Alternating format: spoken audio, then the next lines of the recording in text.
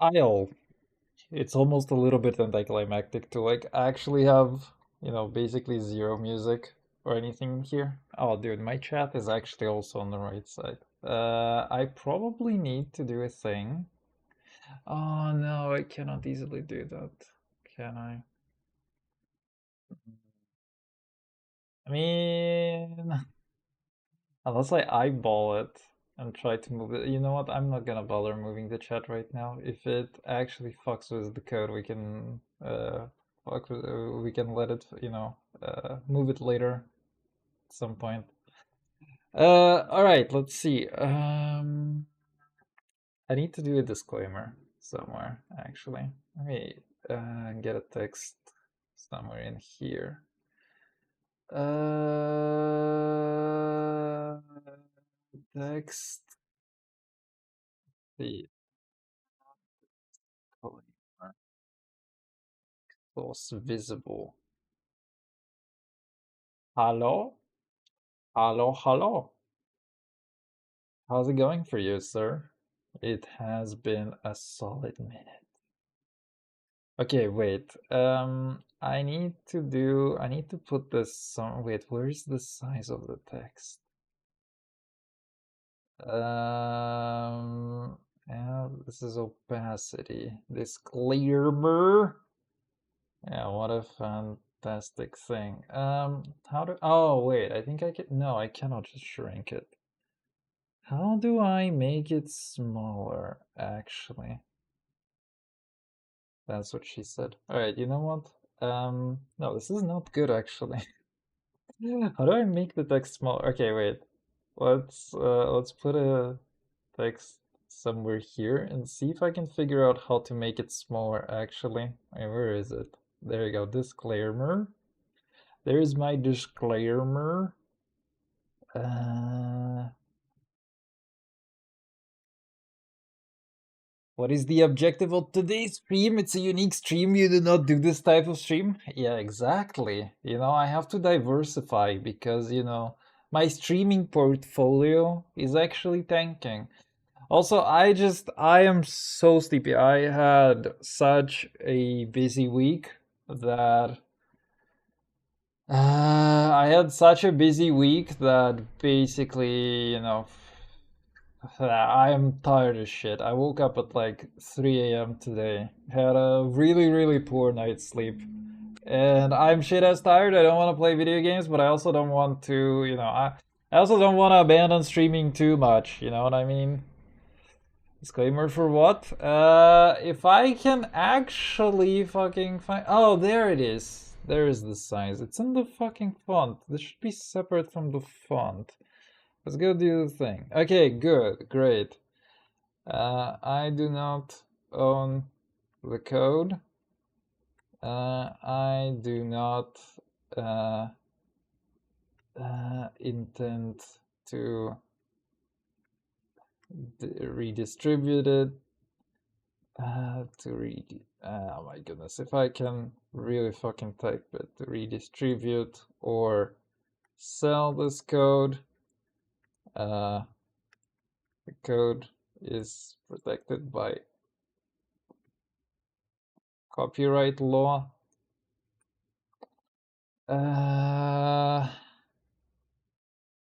The stream is for research and learning purposes only. There you go.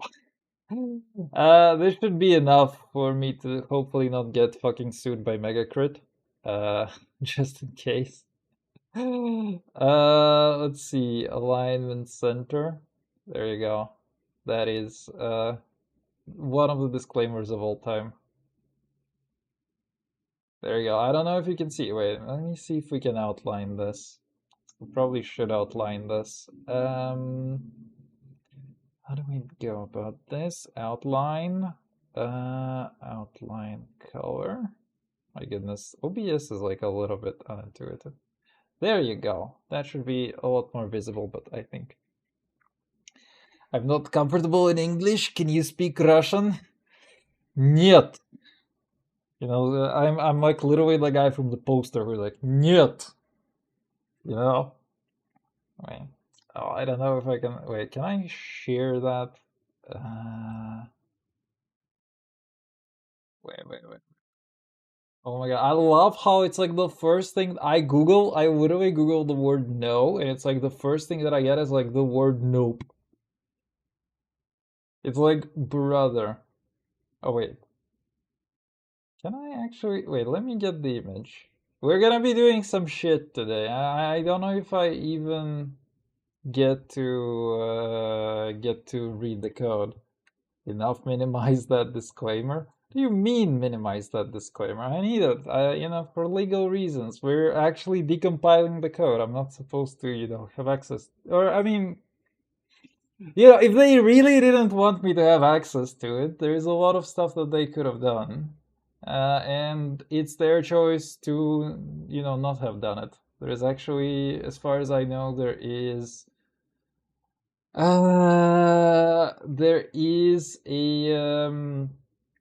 a dev who said, "Hey, we deliberately don't care. If you learn from our code, that's gonna make us really happy." There you go.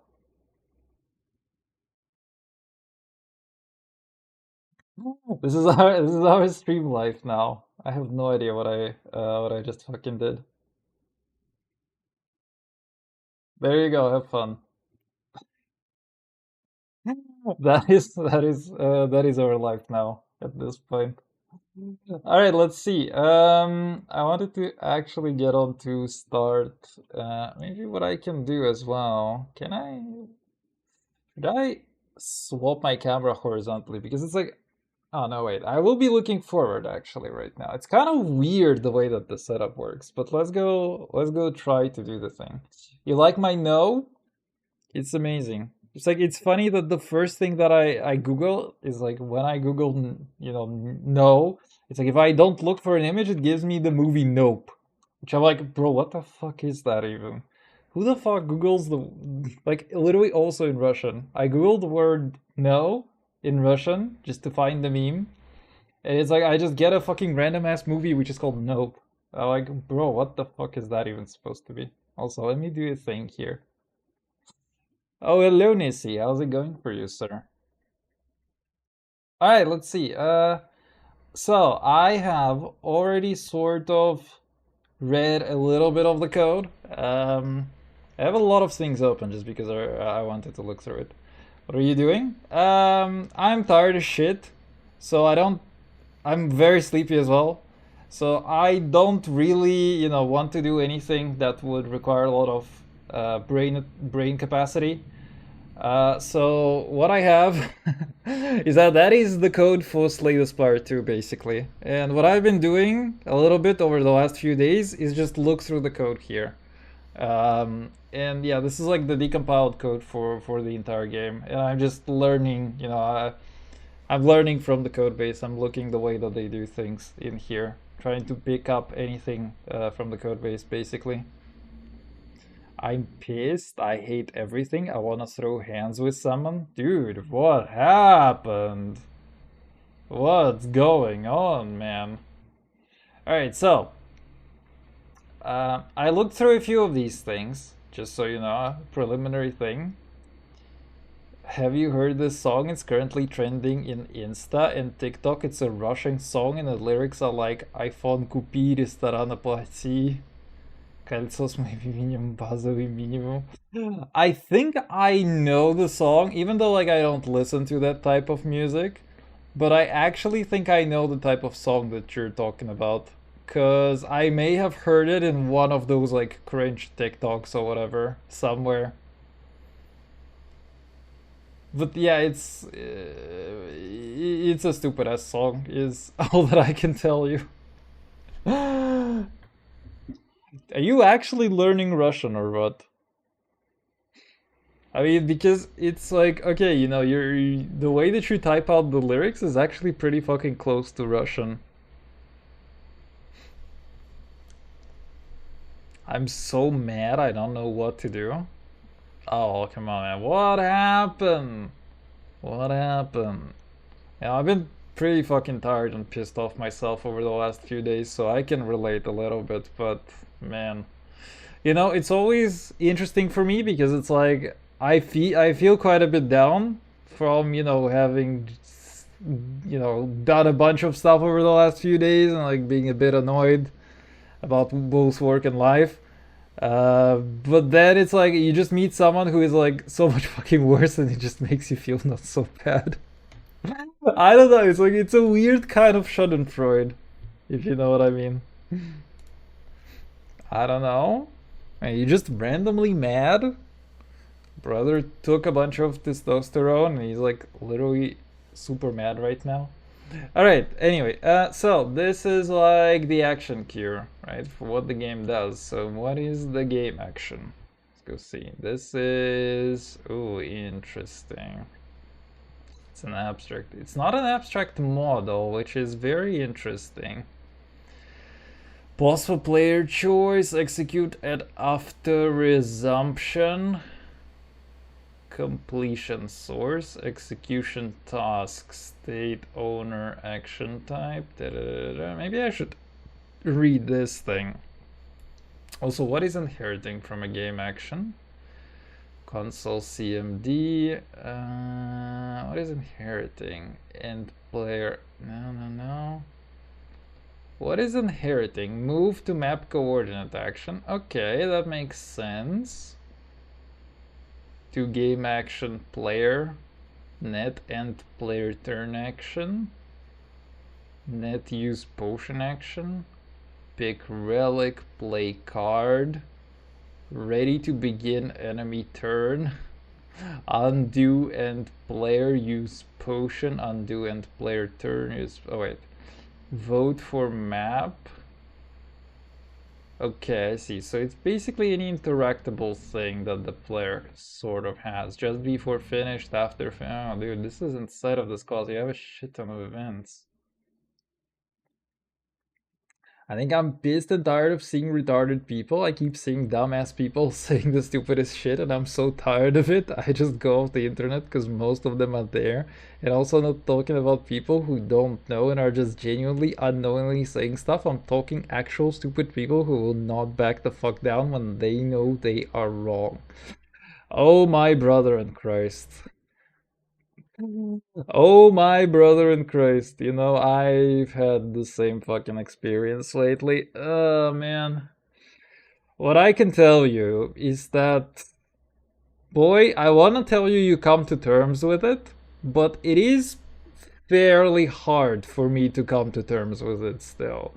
I feel like for me, the best thing that I can do is like just not pay attention to the people who I know are going to ruin my day.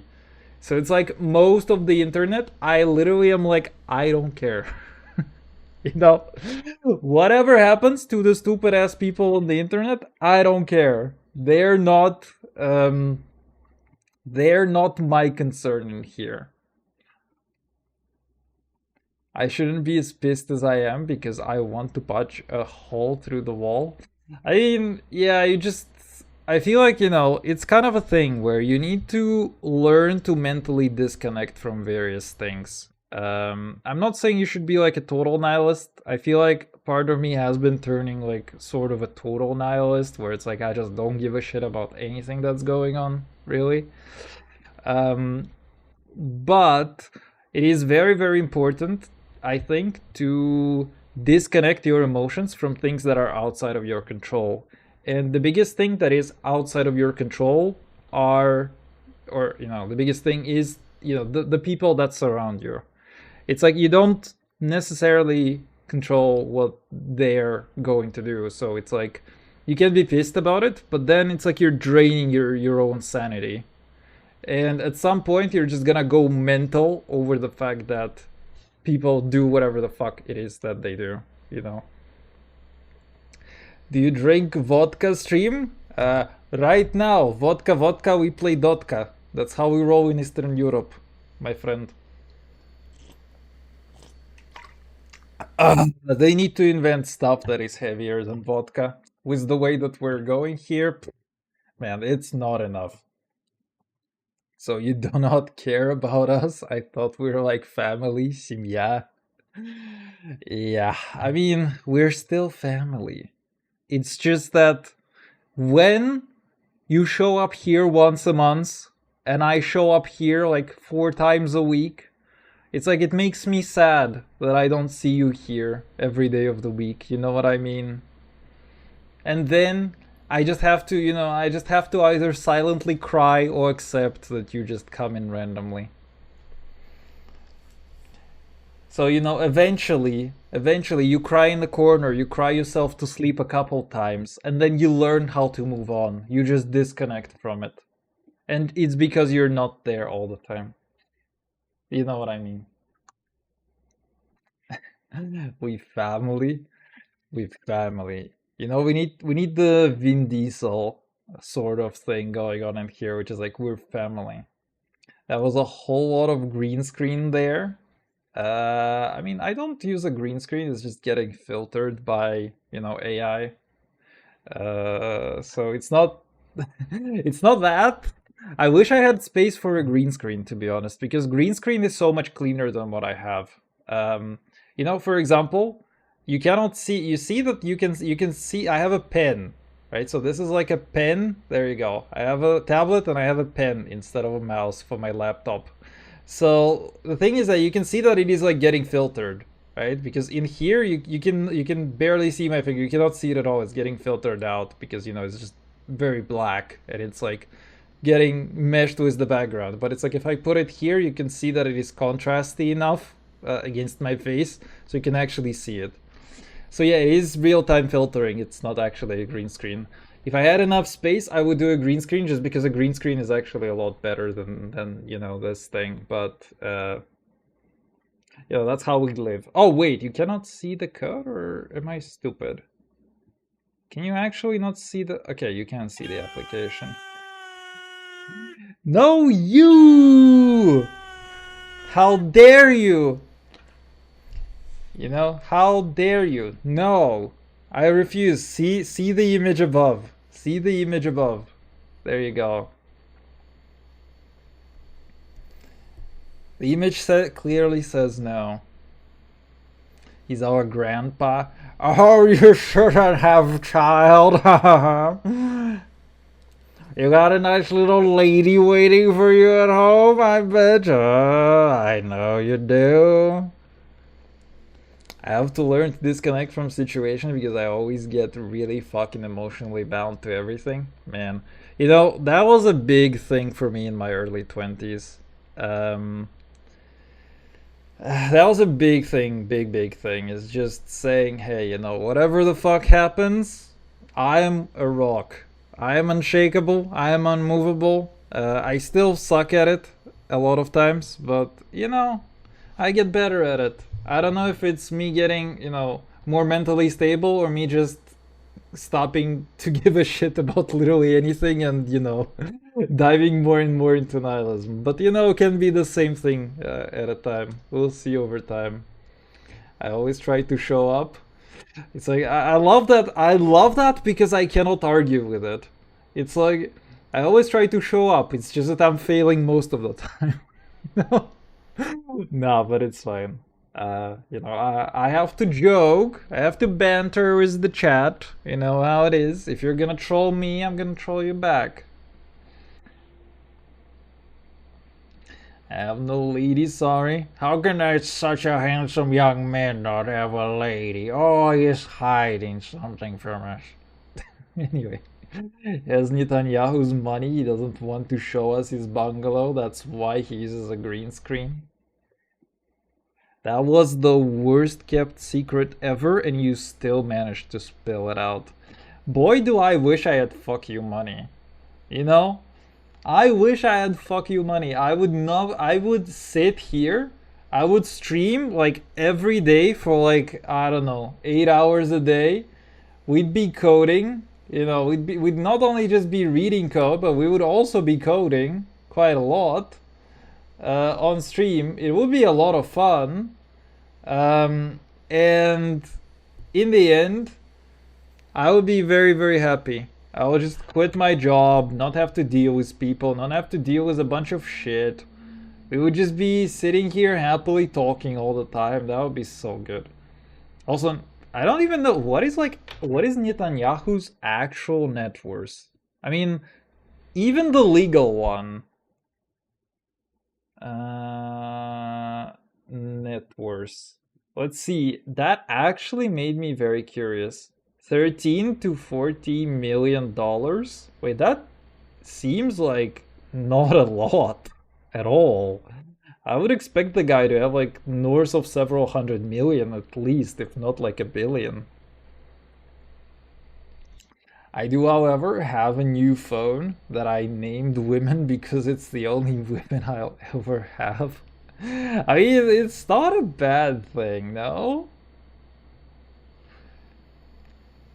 You know, it's kind of funny to name things after women. It reminds me also, it's like there was like, oh man, there's like this tendency where it's like trans women tend to choose like the stupidest fucking names ever. And it's like, but fucking, and there's like a thing, it's like, I'm supportive of my friend, but fucking Mal, or whatever the name was, it was like some stupid name, but like fucking Mallory or something, you know? It's like, no, it was something, it was some other name. It wasn't even that dumb, in my opinion, but it is definitely not something that you would normally name, like, not something that you would name, uh, what I've, like, the vast majority of people would name their girl, you know? Genshin 7.0 codes? Not bad, son, thank you. I've actually already redeemed them. I always like it when somebody goes on stream, like stream just ends, somebody just posts them onto Reddit.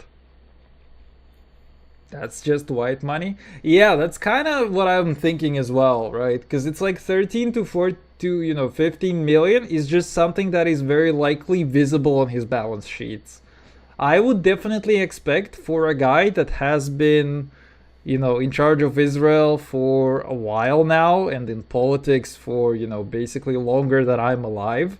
I would definitely expect him to have like north of several hundred million, if not a billion, stashed somewhere.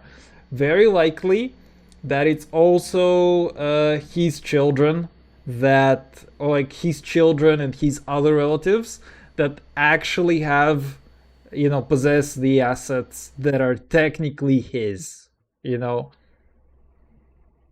or ones that actually come from corruption.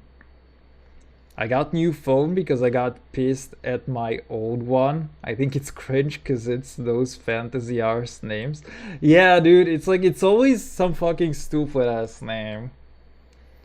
But also, what kind of phone did you get? I mean, I keep getting pissed from time to time at my own phones as well. It has been. I want to say that both my last ones were actually like pretty decent. I mostly get pissed at the software. I think that the phone itself is like fine, but it's like I get pissed at the software a whole bunch. Plus, he Jew. He is. Oh my god. I mean, I don't know. I think the thing is, the guy is a massive fucking piece of shit. Like, I don't need to hate on the guy for being a particular ethnicity, and nor do I hate Jewish people in any way. But like, he's like such a piece of shit that you don't even have to mention ethnicity. Like, you can admit that the guy is a huge piece of shit. He's just you don't need any other reason to hate on the guy, and it's also just kind of I, I also for the first thing, it's like all the Jewish people that I knew IRL are actually like really, really nice people and also really funny. It's like Jewish people always know the most amount of jokes about Jewish people, and actually the funny ones. Because it's like if you try to just randomly Google the some jokes about Jewish people, you'll get some really dumb ones. It's like the Jewish people, they actually know the really good ones about themselves. They always have like one or two jokes about Jewish people that just you've never heard and that really make you laugh out loud. That is like my experience with the people that I know. Uh, so it's kind of funny that they are in on this, but also there is like this whole popular trend of just hating on there are like two things that are happening. One is just hating on them because, you know, the whole Israel thing that is going on. Um, and I think that it's unfair. It's, you know, Israel as a country is, even though it is like comprised mainly of Jewish people, it's not the responsibility of the ethnicity itself for, you know, the war crimes that are being committed. Um, and on the other hand, it's like it's being used as like a defense card. It's like, oh, you're you know, targeting us because we are, you know, a different ethnicity than you. And it's like, no, brother, stop fucking committing war crimes, you pieces of shit. You know, it's like I hate that it is being used as like a defense card. Or, oh, you hate on us because of ethnicity. No, fuck you. I'm not hating on the ethnicity. I'm saying that you shouldn't be committing war crimes, you asshole. You know. Anyway, long rant. Samsung GA17. Wait, that's the old one or the new one? Hence the upgrade in gotchas. It would not call, send message, or wake me up. The damn alarm wouldn't ring. Oh man, that sucks. I got 40 minutes late to me work. God, it was so embarrassing. That sucks. You're gonna take a bit to digest that, huh? Speaking of said topic, I love black people because God, they can sing so damn well. It's actually crazy. I love to hear them sing because they actually can sing insanely good. Not really a specific genre either. That's actually a very interesting, you know, reason to. That's a very, very interesting reason to like them. Not gonna lie. Or like to like an entire race, basically. Okay, wait. So let's go read this, any and all of this stuff. First of all, kind of interesting why you have notable events. I'm not sure that is a thing, because they just get initialized anyway. Call on the game action is fully run to completion, but just before we complete completion source. This timing is important for checksum generation. Okay, so networking, I guess. Fully run to completion. Okay, before executed, before cancelled, before paused for player choice, before ready to resume after player choice, before resume for player choice. Okay, whatever. On and queued. Oh, interesting. Uint ID, log very debug. Dude, I love the. Okay, I'm gonna pin this for now. We're gonna read through this. I love these log levels. It's like very debug. Like, brother, you know, I actually fail to understand what they mean by certain things. Who's there? Who's there? Open the door! Open the door. Who? Oh, hi, Mark. Who's there? Who? Oh, hi, Mark. Who? Dripping wet. That must be uncomfortable. Let's take a Why break. are we mama? Use my fire to dry you off. No, why are we mamaing over? Gentlemen, what is going on, man? I wanna cock. It's so funny how UN give me use cock. sanction on Russia for war crime, but not on Israel. Yeah, man. Please give me cock. You know, Oh, please give me Oh, cock. you're dripping I wet. wanna cock. That must be Please uncomfortable. give me cock. Let's take a break. I'll use my fire to dry you off. yeah. Smart now, are we? Fellas. Hello there. Also, hello.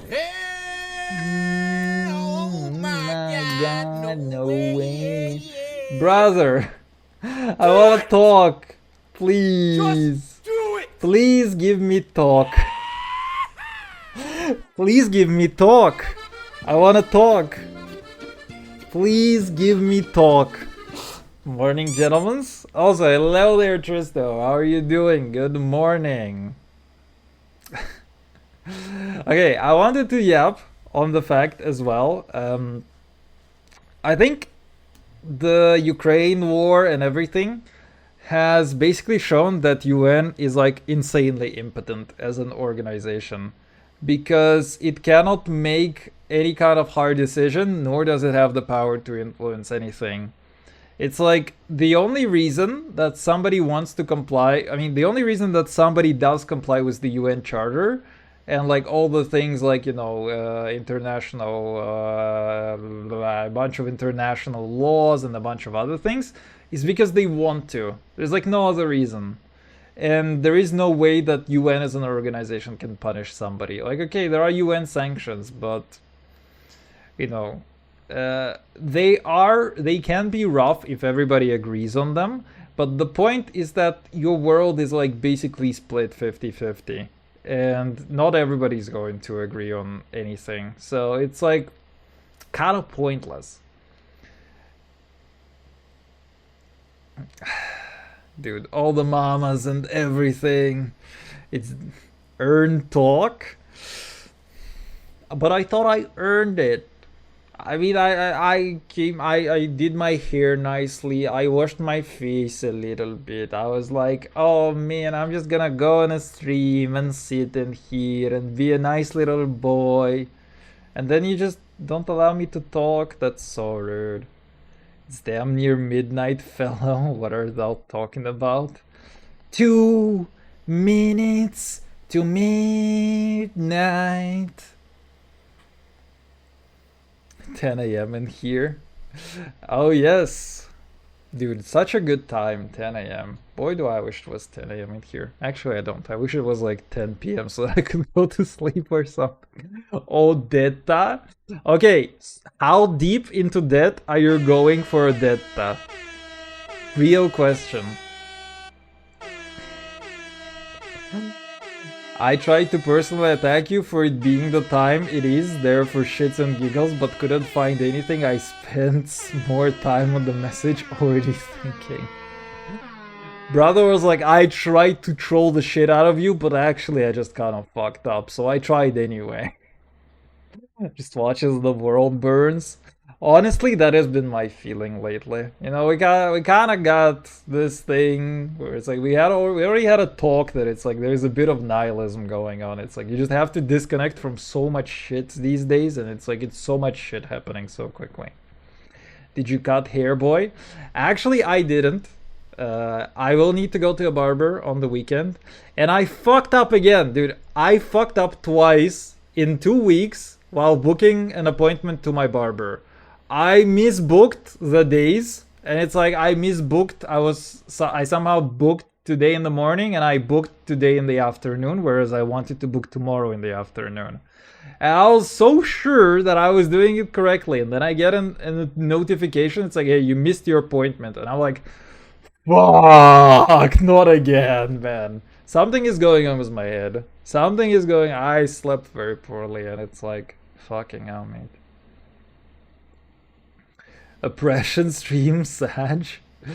I mean, it's always me oppressing you. So I have no idea. I don't think anything is different here. I pulled Pretty Angel on ZZZ. Oh boy, do I wish I could ZZZ right now. Happy Angle got C3R1. Damage control though. How much did you have to spend for it? I just got someone, I don't remember who. I also got new limited in first 10 pull in NTE. Dude, brother is winning at the casino. Ooh. I'm at like 68 pity. Dude, you literally landed in between the two funny numbers. Irun, Irun, Irun, Irun. Oh no, not the Irun. I'm failing to read any of the things that I'm supposed to be reading, but it's fine. We just kind of yap in here and you stare at a little bit of STS code in the background. But I got Sniper Lady and her thing. You fucked up too. Haven't we all? Ramiel pulls have been all hard pity fucking me. Just lost first 50-50 trying to get C3 to burn Sword Girl. Oh, brother. Oh, brother, the casino is not gentle, I'm afraid.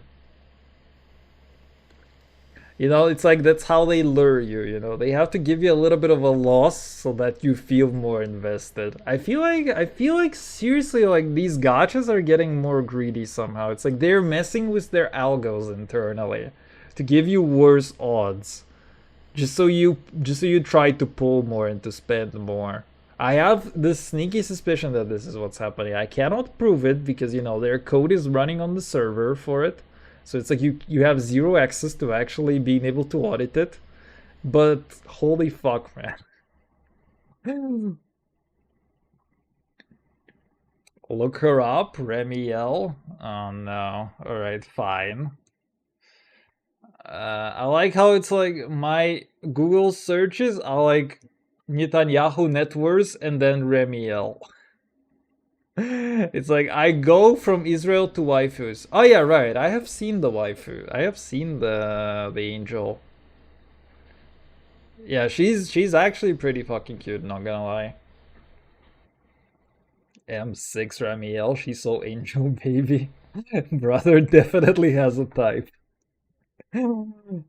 If there is something that I can tell you, is that brother definitely has a type, huh? I'ma farm the shit out of the thing for my beautiful Jane. Oh, is that supposed to be like the protagonist of Honkers or what? I got Lucia and her weapon. If I play, I may get Astrakhan and her weapon. Oh man, you're not speaking my language here. The only thing that I understand is that you get to play more on the slot machine. You get to be like... Or actually, there was a button these days. You know, it's like... There's this gif of like boomers sitting and just pressing the button. Man, that's so fucking depressing. You know, there was another video that kind of, I don't know if it was like super viral or anything, but there was like a lady.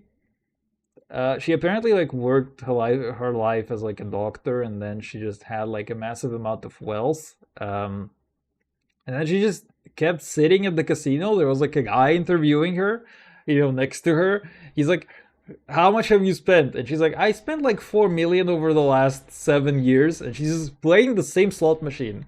It's like she just keeps pressing the button. And it's like, and he's like, do you regret spending so much?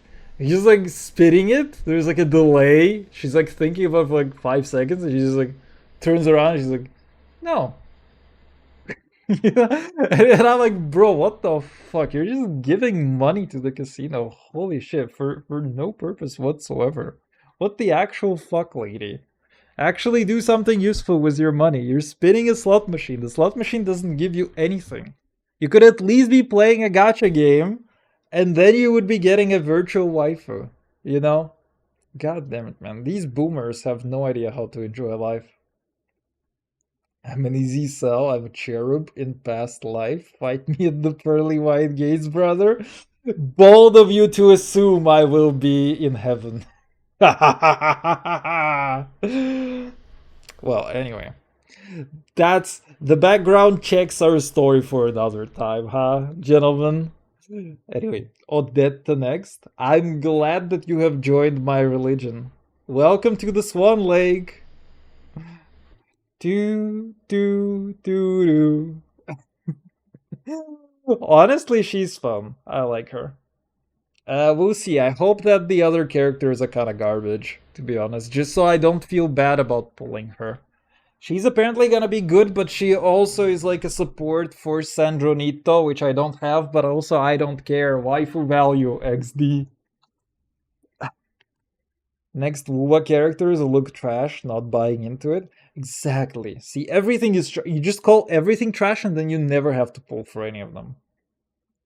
Who the fuck thought of putting Chi-Chi on that fucking chronicle? Give me his head, I couldn't get anyone but her. There was like 5 people I wanted, and I got the one I didn't want. Chi-Chi is not bad right now. She has more play than like Raiden, Skirk, and a bunch of other top tier characters right now. I mean, granted, everything in this rotation is the stupid stellar conduct. So it is understandable that, you know, she is there, but like, she's actually pretty good right now. I have like what, C4 or C5 Chi-Chi, and it's like, okay, wait, she's actually not bad. Also, we're getting more characters from the, you know, the weekly thingy. So it's like I can get C3 Navia or C1 Clarend, which is actually much love, baby. Oh, more mess. Should I get more for Amos? More characters to get fine waste time Genshin event? I mean, I have no idea what Amos is supposed to be honest, so, you know. I would save it for Snowy Land, to be honest. If you wanna use the credit card powers, my suggestion would be saving for the Snowy Land. I'll send her, so yeah, it will be good banner. She will support Queen, I'm sure. I mean, she will for sure. Maybe they will be like a duo team that supports somebody else massively. She's likely to be like a secondary support to Elsa. Oh my goodness, why can I not scroll the chat? Sanjoni is a trap. I have C6 Chi-Chi. I'm stoked. Mizuki C5. Wait, really? Oh, you'll be able to get C5 Mizuki from the... Oh, wait, no. Did you already get C5 Mizuki from the event thingy? Clarinda and Navia will be on the thing? Yes. Will there be anyone else? Basically most characters up until Emily. So they're adding Fontanians aside from Nuvi and Furina. So you can get like Riosley, Emily, Sejuin, and you know, a whole bunch of them. I haven't watched the stream, tell me everything. I haven't watched it either, actually. I only watched the trailer and I saw a couple of things on Reddit. Look her up, Cortana vibes. Ah, man, I cannot keep looking up everybody. I need to catch up on chat, and I'm like not reading the code at all.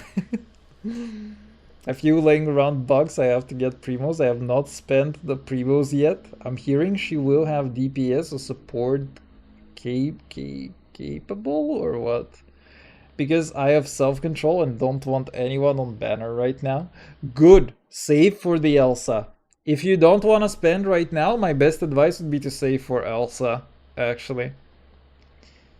But will synergize with Electro Sun? I mean, we'll see, right? C6 Mizuki, but we'll pull C2 Odette. Okay, not bad, not bad. What can I tell you?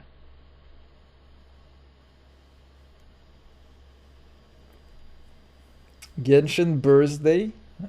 Is it soon? Actually, it's in September, so it's not super soon.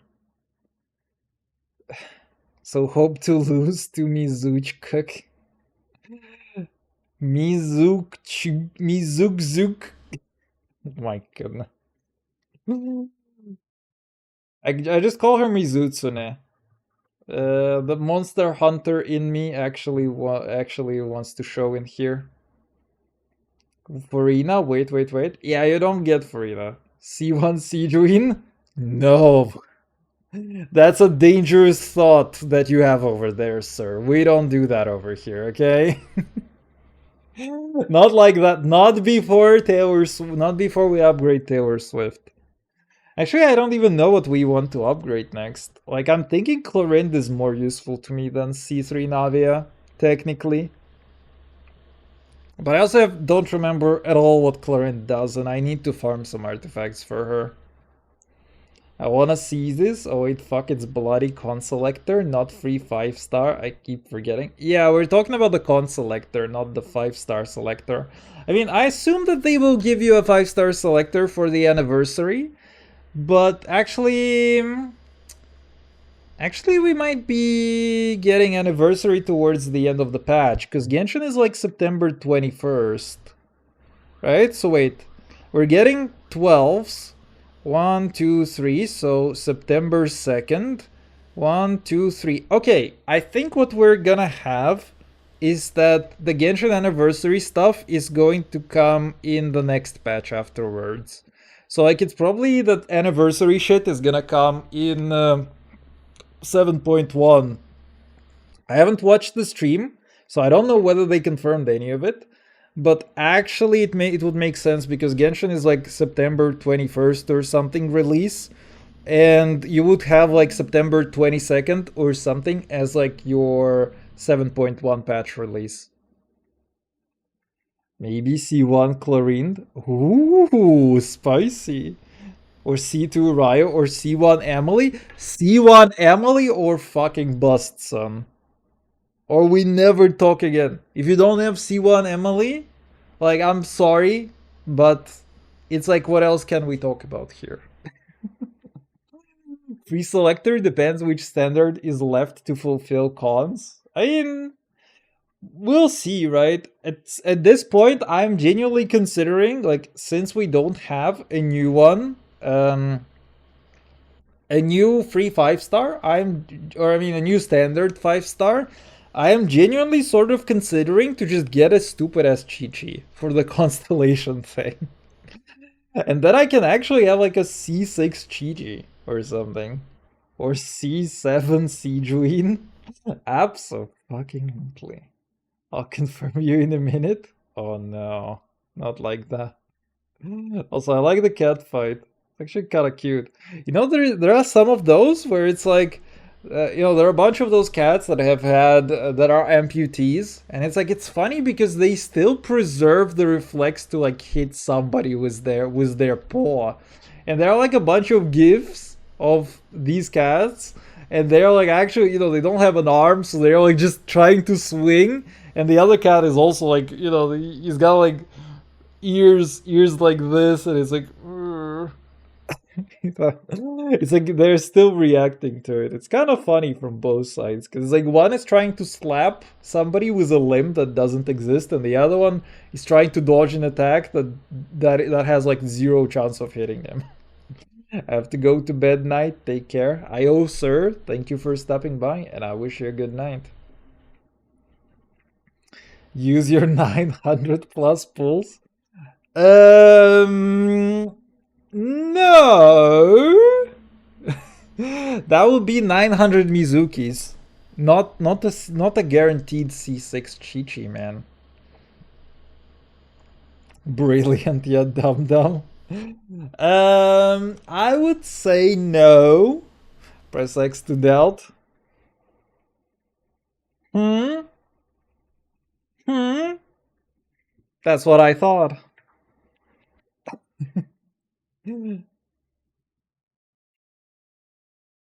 E6 Chichin, those 1000 plus pulls. Tempting, but no.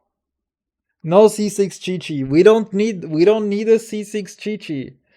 Why do we need C6 Chichi? No fucking shot, brother. I am abstaining, you know. I am abstaining from my gambling addiction. How many other now? It is 900 something. I don't remember the exact number, but it is like low 900 plus. It is time. No, no, no. No, no, no, no, no. It's never time. You know, these are wishes. It's wish tomorrow. Brother, it is time. Use the damn poles. You trust Hoyo too much to add anything else. They will! I believe! Do not crush my face, please. This is the last hope that I have. You know, it's always gonna be like this, where it's like the day that I pull, the next day they will announce that they will, you know, add limited 5 stars that you can pull for with standard wishes. I just know it, and I've been waiting for like 5 years now for it, but anyway. It's gonna be a smart move in the end. I promise. But yeah, it is oh my goodness, I wanted to make another joke, but I completely forgot what I wanted to say. Yeah, alright, it is called pulls tomorrow, you know. They cannot be done today because they have to be done tomorrow. If you actually get that reference, then you know I kinda feel bad, but also feel good. Alright, let's see. We can actually maybe finally start going through the fucking code, or continue going through the code. I wanted to mention that I already read through some of it over the last few days, But yeah, it's also funny to me that they have like, this like thing which is like very debug. It should be used for verbose text. So it's like they have a thing which is called trace, but actually wait, this is the same exact description as like very, very debug. What do they have as very debug? Action isn't queued, no legacy, unscoped data sound, no migrations, keeping archival of legacy data. Okay, interesting. Interesting. Anyway, that's supposed to be like trace, kind of a weird way to name it. Let's see. So, how do you execute the game action? Boy, do I hate this inlining for the Switch cases. Anyway. If I'm on my bed, will you pull them? I will pull for you to get better. But I don't know if I can use a standard wish for you know. Can I use a standard wish to cure you? That would be kind of nice, in my opinion. Okay, wait, I need to do a thing actually before we continue. Where the fuck is a thing? There you go. Do do do do do do do.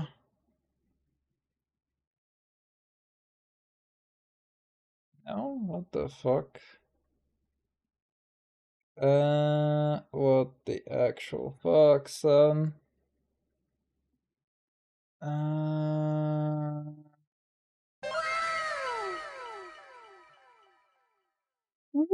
Boring. Badumts. Cure me with primos? Yes, but how?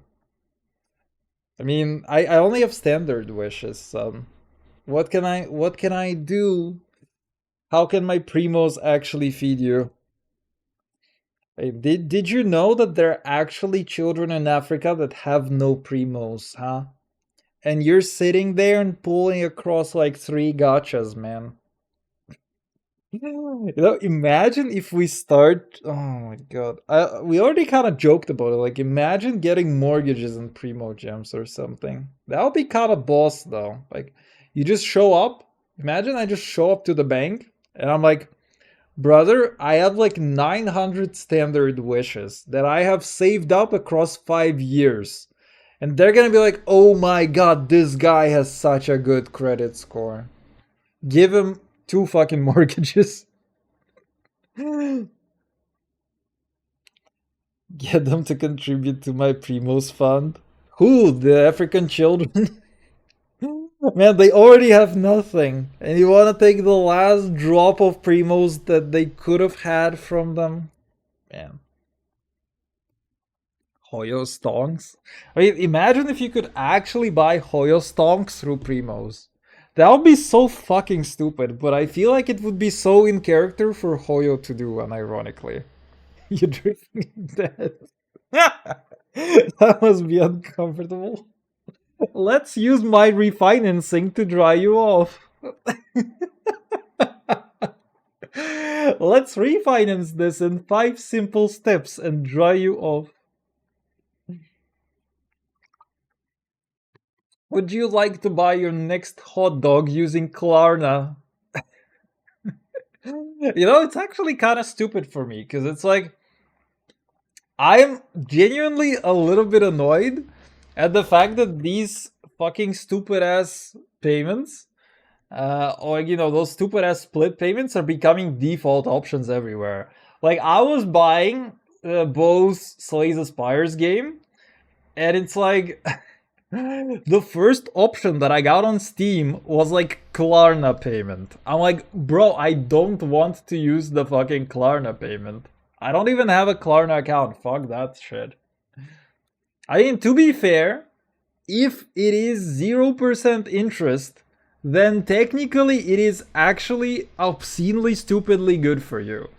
Because every month you get a little bit of inflation. So technically, if they give you the money right now and you can purchase, you know, everything, and you have to pay the exact same amount without interest several months later, then it's technically like a no fucking brainer. Because you're paying less in reality. Like, they're literally, for no reason whatsoever, they're like financing things for you. It's actually fucking stupid if this is like, if it has 0% interest. You're dripping in debt. That must be uncomfortable. I'll use my refinancing to dry you off. Honestly, that is such a good play on words, though. Rat from the sky hoodies. Oh, dude. I mean, Hoyo is gonna find me and kill me in an alleyway. They're literally gonna be, you know, they're literally gonna get a Chinese assassin. Hire if I do that sort of. I mean, technically, I can actually. The funniest thing is that I have paid for this emote with like royalties. Like, you can see that it still has like attribution and stuff. But technically, I paid for the merchandising, so I can create merchandise with this emote. Technically. So it is gonna be I can technically make a hoodie that is gonna have this rat. It's just gonna be really fucking stupid. Stream threat to big corpo Hoyo. Oh, you shouldn't have. I wouldn't do it. Like, actually, seriously though? I don't know. I mean, this emote is really funny. I kind of also, I pushed the artist a little bit for it. It's like, yeah, she probably was a little bit annoyed about, you know, the changes that she had to make. But I'm glad the way that it kind of turned out. It's actually pretty funny, I think. It probably is the funniest emote that I have out of all the ones. The other ones feel like really basic, I would say. Should we get rat from the sky tattoo? Yeah, I get the fire, you get the rat. I get her claymore, you can get the rat. Son, you know, it's actually kind of fucked. I feel like, you know, one of the reasons that I don't get tattoos is because I have a skin condition. Or, I mean, it's also that I'm just way too lazy to get tattoos and I have no idea what I would want as far as tattoos go. But I also have a skin condition, and I feel like if I got a tattoo, my immune system would just basically explode. And, I'd start getting arthritis and a bunch of other dog shit in reaction to tattoos.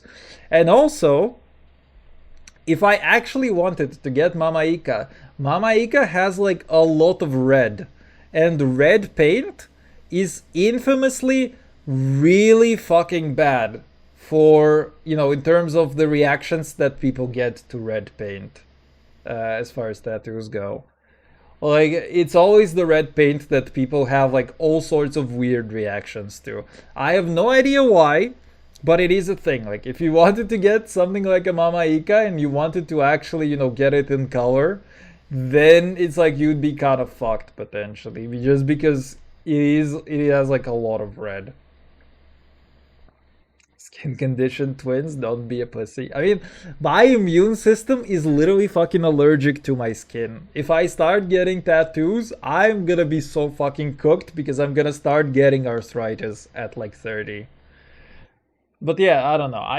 I decided for myself that I don't really want tattoos. So, that's a thing. Uh, but I can joke about it. I have eczema. I was fine. I mean, eczema is not the exact same thing, but it does suck for sure. It's the lotion on her skin, or else it gets the hose again. In my case, it's more like it puts the dangerous fucking immunosuppressive drugs on your skin, or else he gets completely fucked again. Wait, let me just get a thing.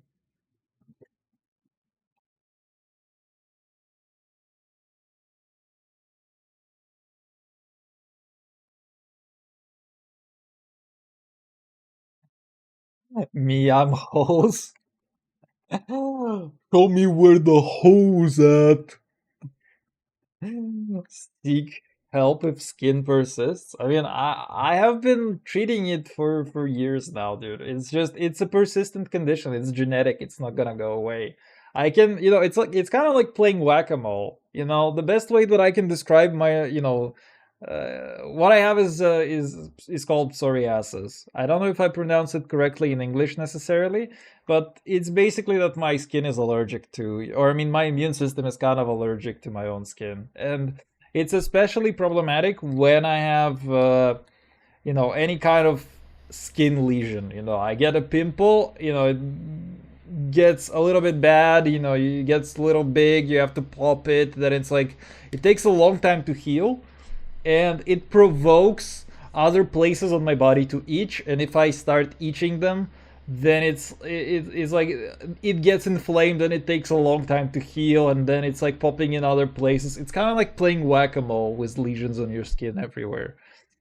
But yeah, I've been doing this shit for years. So here's one thing.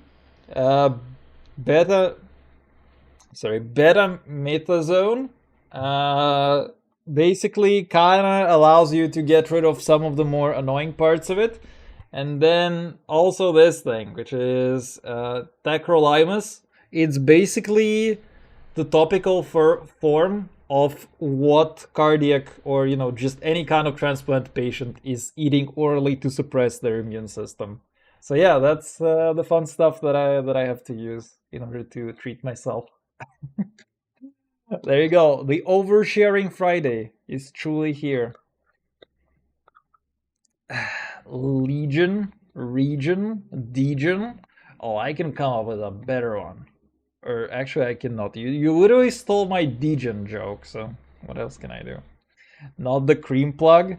I'm sorry. There's actually another one, which is called Dovonix. And it's actually a little bit weird. It's also giving me like very, very dry skin. And I hate that it is giving me like a lot of dryness, but it is like the best thing ever for just removing some of the bullshit lesions. But it's also very hard to get, and especially now that I'm in Poland, it's actually very hard to get. I used to have a place which would just import those, questionably legally, because it's technically a drug, but it's technically not certified, so it's also not prohibited. So it's like, yeah, you can just go out and you can buy it. But it's like in Poland, I think you have like a lot stricter regulation, and this shit is just, it doesn't get imported. You showcase that cream, sensitive skin lad, my equal. Abso-fucking-lutely. Dude, it's actually a thing, I feel like this shit forces me to create certain habits for myself. I used to have a thing, like, maybe a year and a half ago, I got like a huge fucking, like, this part of my wrist was just completely torn apart. Like the skin here was just fully shredded, It was like there was like a large area that was just inflamed over here, and it's like I would have really rough patches of skin and they would just come off and then bleed a little bit, and it was just like, God fucking damn it, man. It took me like months of using various kinds of hand creams to actually get it better. And I found like two hand creams that I really, really like. And now it's like, even though it's gone, I've been buying those hand creams for like a year and a half, and I'm just consistently using them every day. It's like,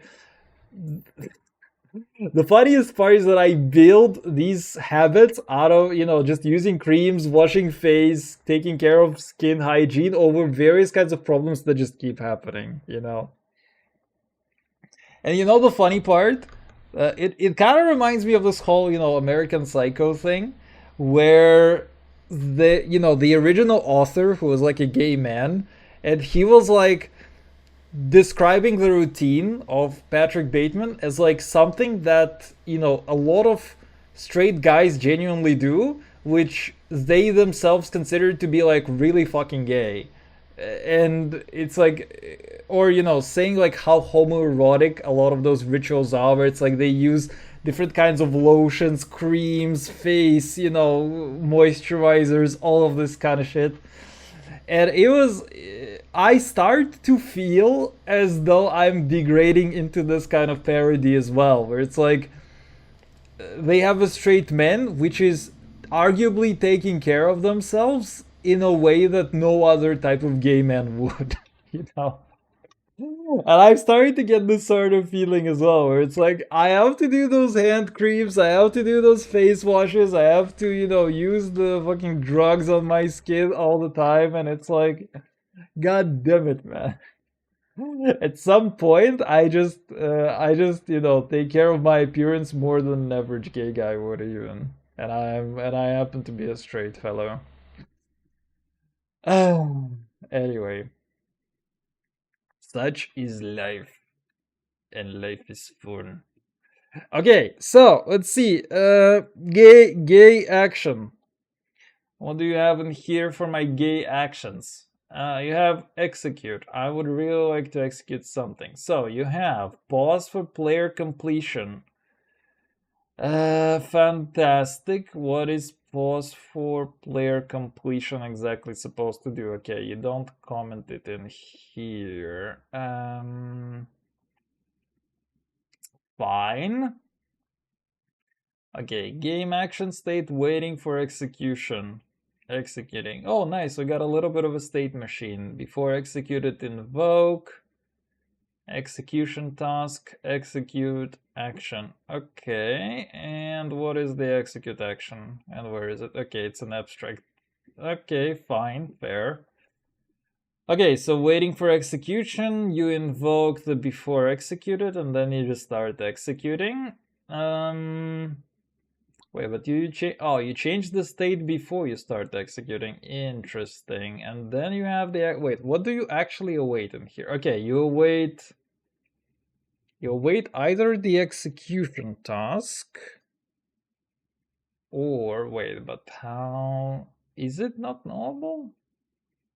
Exception? Oh, fantastic. I love it when you directly access the execution task.exception. That's kind of sweet of you, fellow.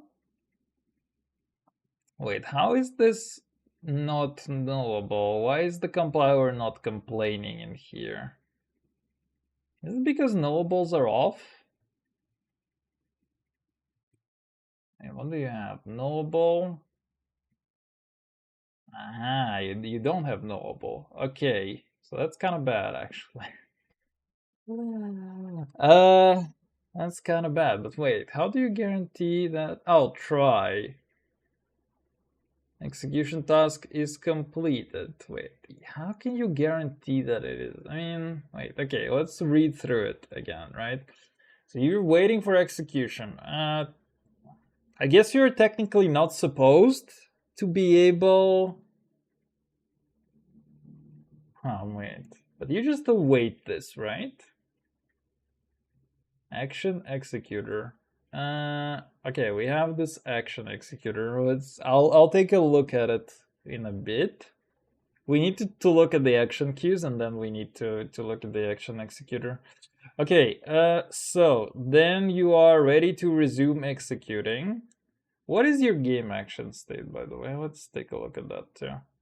Waiting, executing, gathering player choice, ready to resume executing, finished, cancelled. Okay. Where else do you set the state? Finished, gathering player choice. Okay. Fair enough. Ready to resume executing, state execute after resumption TCS set result. Okay. And you wait any pause for player choice task source. Pause for player choice. Oh goodness. This is getting a little messy. Game action from invalid state. Okay, wait, so is this guaranteed to not be no actually in here? Because the thing is, if it is no, then you get an exception here, and then you get an exception here in the finally, because you cannot check whether a null task was completed. Was executed just before finished completion source set result. Why is there a general completion source? Okay, wait, but what is this? Okay, so you have a new TCS completion task with that. Okay, fair. After finish invoke this,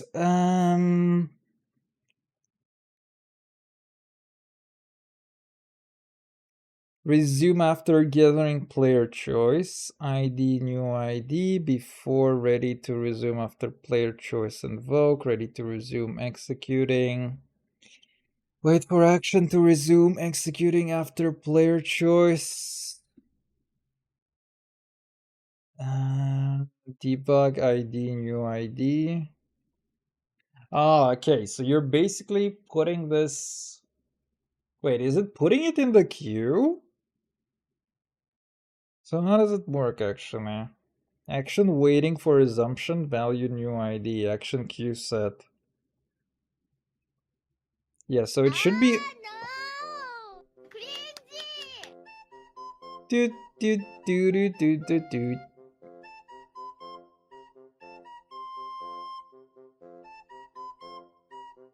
Do, do, do, do. Mommy. Okay, that's interesting. So you're giving it a new ID, so I guess you're sort of not doing... Come on, man. We have no idea how to refinance the Odette. Not the Primos. Dude, I need to add a skirp command. You know what?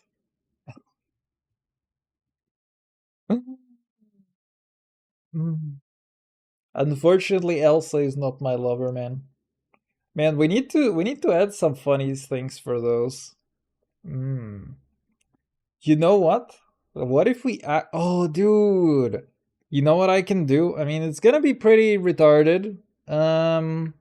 But what I can do is I can add a bunch of 7TV emotes for those and have my bot output an emote for every character. I think that would be kind of funny, to be honest. That would be kind of funny, though. Dude, I also need to, you know what I wanted to do? I wanted to, because we have an emote. Wait, do I have an emote? Where's my bang? Oh, goodness.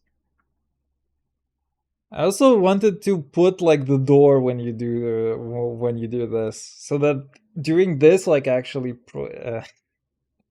Oratrice mécanique d'analyse cardinal. And then for this command, it is just working UV. It's like Hydro Dragon. I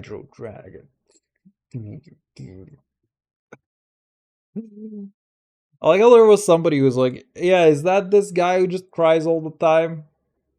Was it like, who said it? Was it like Bina? It was actually kind of funny. Okay, wait for... Yeah, exactly. Except I'm just gonna... Dude, at some point, you know what I want to do? I just want to delete those commands, actually. Like, the door is just going to be this emote, and the mama is going to be the mama emote. That's kind of what I want to do. Yeah, exactly. No? What do you mean no? Those are good. I need to encourage you people to use the emotes. They're kind of fun. Don't mess with perfection. No, but it's going to be even more. It's going to be even more perfection, because if you want to spam the mama, like if you want to use the mama, then what you have to do is you have to do this, and then he's just gonna play the mama sound effect. Isn't that beautiful? What do you mean? It's beautiful. Ma'am, do not redeem, ma'am. Unlimited? I didn't say unlimited. No. Not like that. Not like that. But maybe I could decrease it to like 1 hour cooldown. You know what I mean? Like every 1 hour you get to annoy me with the mama.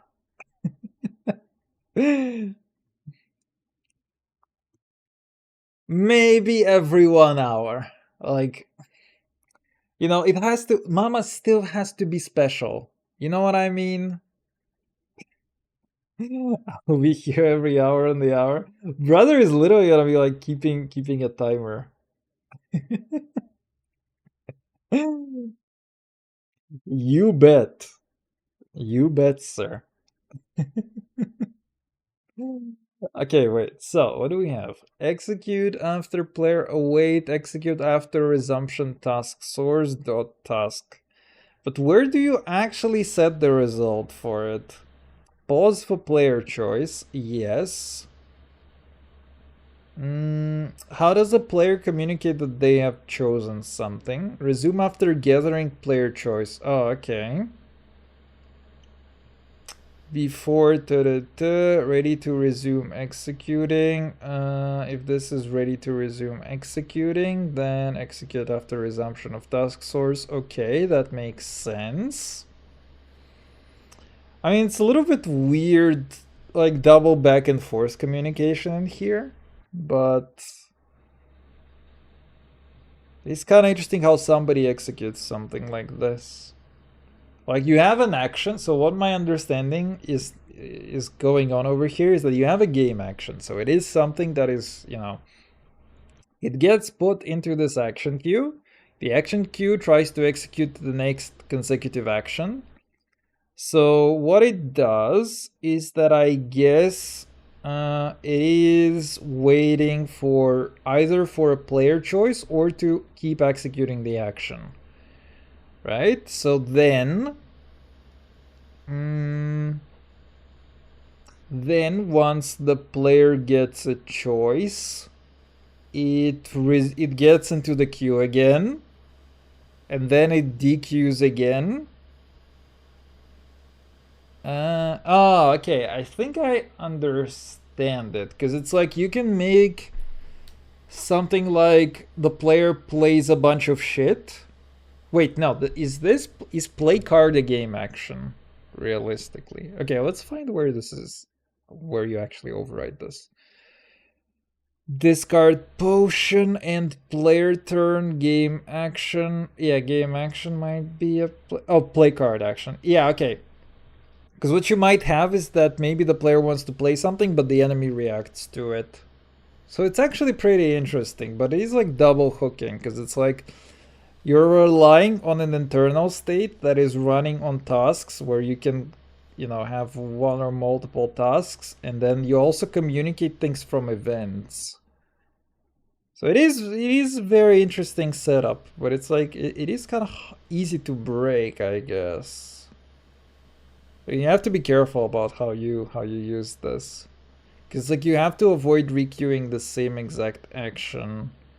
Unless you requeue it to another particular queue. Like, it makes sense, but it is not so trivial to understand exactly how it works. Gay action required? Oh no! What gay action? Gay. It sounds like some kind of movie thing, you know, gay action. Beep bop computing. Dairy Queens again. Wait, what Dairy Queens? Coding got me like... I know, right? Stream help me. Stream right now locked in. Yeah, dude, come on. If I don't lock in, I'm never gonna understand how this thing works. Catch me drift? It's an interesting way. It's an interesting way to code as well. It is basically an entire engine written in C# that is executing some stuff within the game, and then your actual game engine, you know, the Godot, is just basically a presentation layer for it. It is a very interesting way, but yeah, That's the point of studying, you know? The point of studying. I look at this shit, I try to understand how it works, exactly how they... For me, the biggest and most interesting thing is learning how they code intercomponent connections. So it's like basically, you know, you have this game action, how does it communicate with the actual execution pipeline for itself? And it is complex for sure. Because you have, like, you know, the executing player choices before executing, you have events, you have several tasks that you have to await in here. It's like it's a state machine inside of a, you know, you have to be very careful. The thing is that it's a state machine that has to be configured externally. Like, you know what I mean? Like, if you want to use an action that has a player choice, you have to call the execute, then you have to wait for the execute. The execute has to, you know, calls one event. The event executes on the parent, like whoever calls this. So for example, when it comes to player choice, this player choice has to be handled externally and then basically passed back into this thing so that it can get requeued, unqueued, dequeued again, and executed again. And only then does it actually complete, is my understanding of the way that it works. Which is a little convoluted, but it is...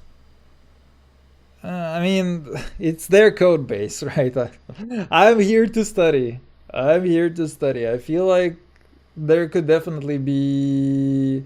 Like, okay, I have tried to code something like this myself and come up with like a good architecture for it without trying to overcomplicate it. So, you know, I am studying.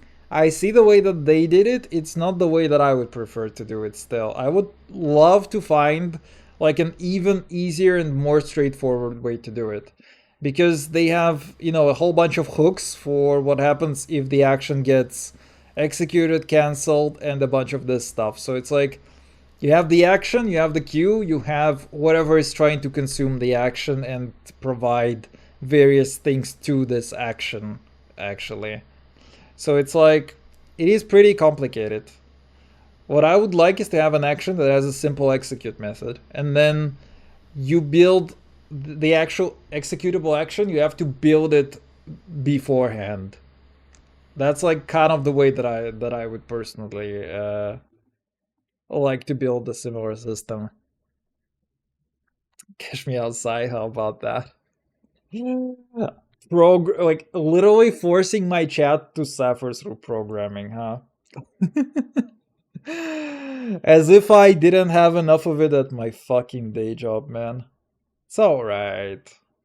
It's alright. You guys, you know, if we do this whole tango of, you know, me doing streams, I would genuinely like to periodically do this sort of thing where it's like I go through a bit of code and try to code some stuff and do a little bit of game dev somehow. I think it would be really fun for me to try and do some of those streams where it's like it's not just me streaming games, but it is me hanging out with chat, kind of yapping here and there, and then just trying to build a game or something. I feel like that would be pretty fun for me as well. The reason that I'm doing it today, like the code thing, is because I am shit as tired. Like my brain is like actually completely fried. I had a very, very tough week. It drained the living shit out of me. I woke up early, my brain is like not in it to win it at all. So yeah, anyway, okay, wait, so what do you have in here? So you have an action queue and you have action waiting for resumption. Old ID, new ID. Okay, so that is where you get the interruption. Owner ID is canceling play card action, is canceling player driven combat action, is canceling combat actions, is paused. Yeah, that's another thing that I wouldn't like in such a system, because it's like you have a particular type of action and you have boolean flags for what it is that they're actually trying to do. And it's a bit of a smell, but Again, it's their code, they know how to deal with it. I'm looking at it, I'm trying, I keep an open mind for it, because indeed it's a very complicated game internally, so. I wanna learn, I wanna see if I can think of better ways to do the same exact things eventually. Or, you know, similar things, which is like event-driven combat, basically. But, I have to say, I like the general approach of, you know, they have an overall idea of like you just have a bunch of things happening in the game and they get executed one after another after the next. That's one thing that I really do like about this design is that you just have a global queue of things that need to execute one after another, and it's like there are various small things that just get put into this queue and they keep executing. And that is how your entire game works. Is that you just have stacks of state one on top of another, and they just keep executing or you know, stacks of commands rather, like, or game actions and whatnot. And I kind of like that. Queue empty is empty. Task is completed. Oof. I got zero references to this, alright. Next action ID, next ID, action queue changed, action game, action enqueued, action resumed. Action queue set, player in players. Where do you get players? You get players from being constructed, and you do it from run manager. Okay, so when you start to run single player, that'll always be a single player. Owner ID, player net ID. Okay, fair. And queue without synchronizing. Yeah, I love this. I love that it's like, hey, only use this if you really know what you're doing. Right, but let's start with enqueue with synchronizing. Is there just the regular enqueue? Get ready action. Oof. Pause action for player choice became empty. Start canceling all player-driven combat actions. Action queue is paused. Unpause all player queues. Combat ended. Combat started. Reset. Cancel non-executing for player. Cancel non-executing actions of type. Interesting. Resume action without synchronizing. Try get action. Get queue. For the player ID. Okay. For non-existent player. Okay, fair. I mean, to be fair, you can just do first. I mean, it is a little bit more information that you have an explicit you know, thing here, but it's fine. Pop action. Okay, that's what I care about right now. So I want to look at enqueue and I want to look at pop. Get and increment action ID. Okay, fine. So let's take a look at the enqueue. I like how they're like, hey, enqueue without synchronizing. You need to know how to use it, and then it's like there is no other alternative to enqueuing. Okay, game action on enqueued. Queue get queue. Alright. Get and increment action ID. Wait, but shouldn't you be getting the queue that you push this to? No, okay, never mind. Oh, wait, you have a global next ID. Oh, interesting. Wait. How do these queues work? Wait, where's the next ID? Oh, your action queue owner ID. Oh, wait, your next ID. So what is your next ID? It isn't incrementing value. Alright. Is it just an index into the list, or is it how? Okay, I need to see how they dequeue as well. But first, let's go through here. Action queue, get queue. This action in queue invoke. Okay. Oh goodness. Pretty please. If Q is canceling play card action and the game is yeah, this is this type of stuff that I think is kind of annoying. That is the kind of thing that is kind of annoying, because it's like you have a special boolean flag that corresponds to a type and a particular action. It feels like not so good, very hacky, to be honest. Is game action player driven, non-combat, and type any. Is canceling player driven combat actions. Can you just mark the action with an interface? It's like action type, non-combat, and game action type does not equal any. I feel like you can just mark your thing with an interface and it would be like a lot easier. Because you can be like, I cancelable player driven combat action, and then this entire thing just becomes if game action dot is, you know, the same thing, is I cancelable whatever. Anyway, is canceling combat actions. Is canceling combat actions. This might be a compiler thing. Okay, if flag equals flag2. Oh goodness, okay. Why are you doing stuff like this? I hate reading stuff like this. Less than 1U. Okay.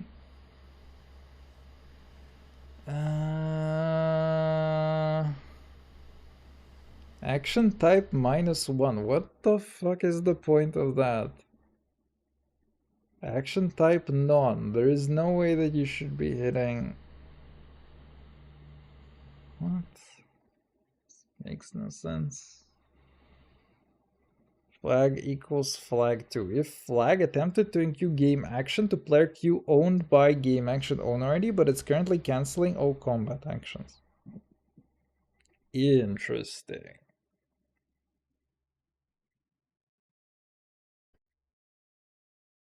Alright, I'm not sure what it's trying to do here. My brain has no capacity to do basic math. I like to read code that doesn't have to do a lot of complex math.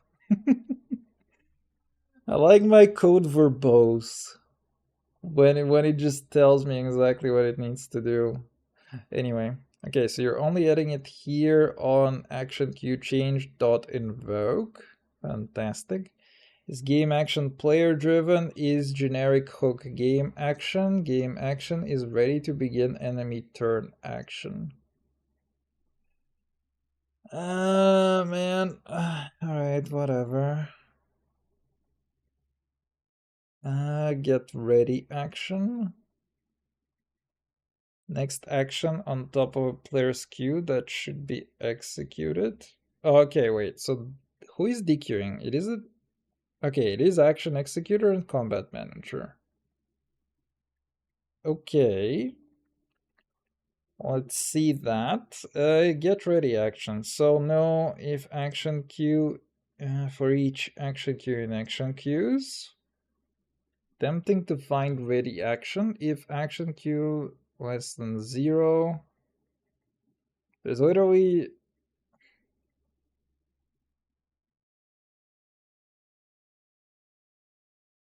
Why would it be less than anyway? Alright. Oh goodness. Let's do this. Wow, action queue more than 0. Also, that is another very debug. I feel like I've seen a bunch of these very debugs and I only had 5 references. I think the compiler might be kinda... Or I mean, I feel like Visual Studio might be kinda shitting me here. Okay, whatever. If more than 0 and the state 0 is cancelled, removing cancelled action. Remove at 0. Okay, so you're removing all the cancelled stuff. Less than or equals 0, then you can do this. Okay. I mean, you can just, you have the exact same check. You can just put this while loop on top. All right, I'm nitpicking at the code. I want to stop doing that, but I just cannot. Like, if I were writing this code, like I would just nitpick on it so hard for myself. Anyway, game actions. So action 0. At this point, yeah, you are kind of guaranteeing that you have a first. If is in combat and game action 2 action type equals non-combat. We are currently in combat and candidate action has type game action action type. So you're just skipping non-combat stuff. Fine. Combat play phase only. Action queue is paused. Why would it be paused? Alright, we don't know that yet. Gathering player choice. Action at front of player queue is waiting for player choice. Okay, so I also want to see... Oh, okay, wait, you never requeue the same action. So you just don't pop it from... Okay, wait, your queue is a list and you never pop the action until you actually fully execute it, or it is cancelled. Okay. Also, more very debug. I don't know why this very debug is like so funny to me as well.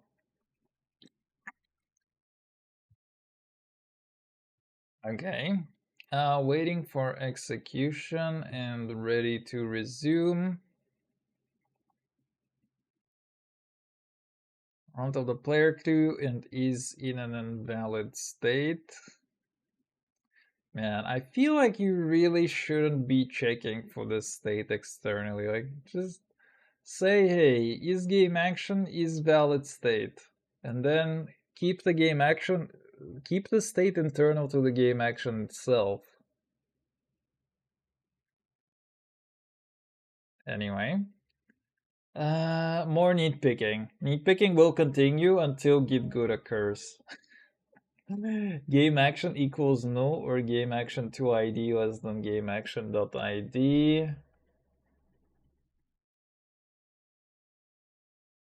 How come? Wait, game action 2.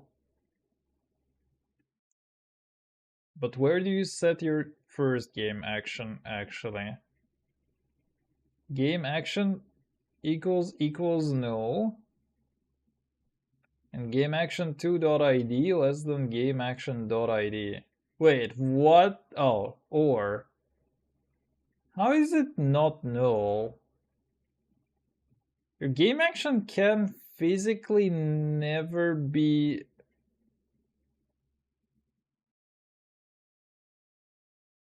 How do you hit that ever? You're never setting the original game action to anything. Oh, wait, right. If it is equal to null, yeah, okay, so you just set game action 2. Okay, fine, right. I was like, how can it not be... Okay, I was like, how can this not throw? It's an or, not an end. Okay, that makes sense.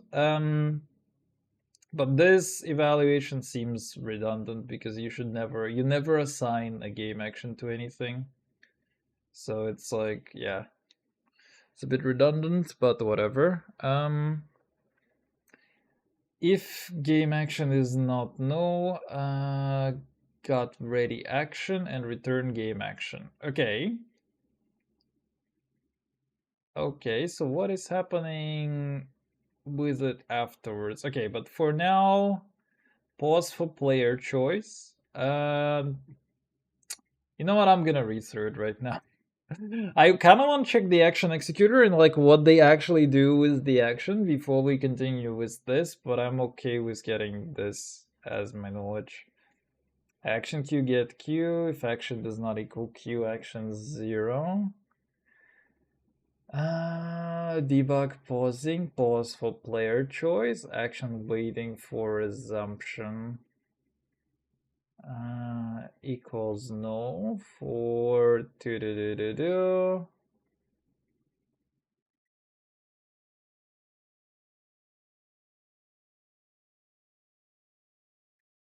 Slash I dot old ID, actions waiting for resumptions, and remove at.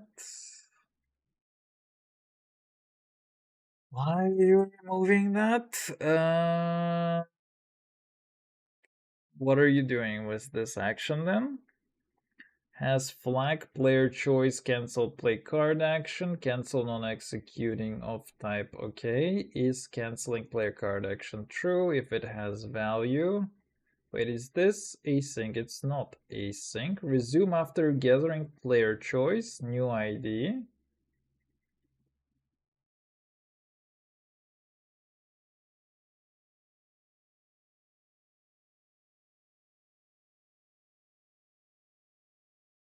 Well, this is an action for player choice. The action will be removed from the action executor and the new action will be allowed to execute if there are any actions that are ready to resume the action after this is called. Call request resume action after player choice. Whether to cancel card play action that enter the queue while obtaining player choice. Thrown if the action is not at the front of the owner's action queue. Okay. I feel like I don't understand why it's removing the thing from the actions waiting. Because like you are supposed to pause. Or oh wait, actions waiting for resumption. Okay. I was thinking this list for some reason was like actions waiting for player choice. Okay, that makes sense. Action waiting for resumption has value. Resume after gathering player choice. Okay, so you're assigning a new ID for it. Okay, fair enough. Became empty. Pause all player queues. Stop canceling all player driven combat or start canceling all player driven. Again, this can be an enum. Or sorry, this can be an interface. Because you can, you have the same exact check. Actually, it seems to be checking. Yeah, it is checking also for the execution, but these three checks can be either a method or an interface. Anyway, I love my neat pickings. That's what we do around these parts. Action queue actions remove at. That's fine. Action queue is paused. Get queue is paused. Unpause all player queues. Okay, combat ended. Game action next queue. Check if queue empty.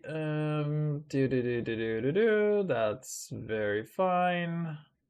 That's fine. Combat started. For each action queue and action queues is canceling. Reset action queues. Check if queues empty. Cancel non-executing action for player. Okay, that's fine. You're just removing and canceling a bunch of stuff. Cancel non-executing actions of type. Okay, you're just also checking a bunch of things. That's fairly straightforward. Resume action without synchronizing. That's very interesting. This should never be called anywhere other than action queue synchronizer. Okay, test is fair. Test is fair game. Whatever. Get and increment action ID. Try get action. Game action out. Gathering player choice. Canceling resume. Resume action without synchronizing. Okay. Try get action. Is this for? Yeah.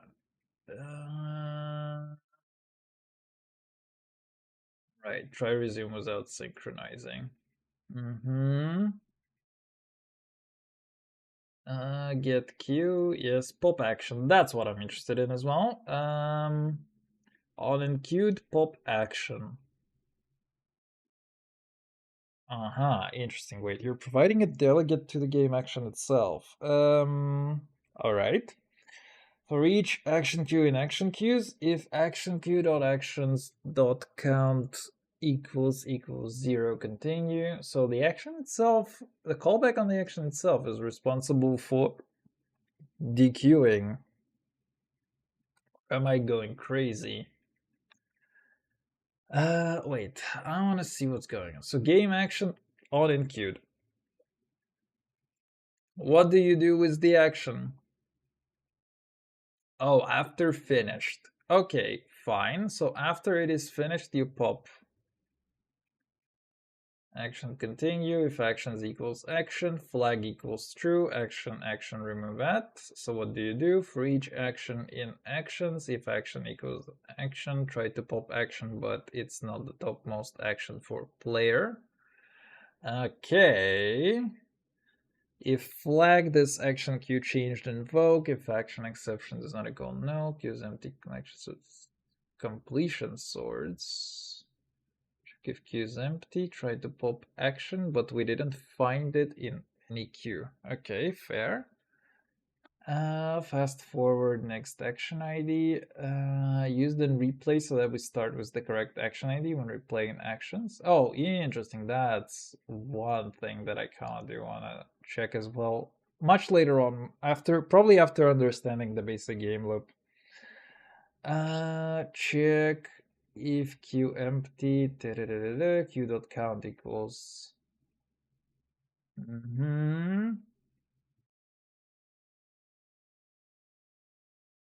You empty completion source. Why do you even need that?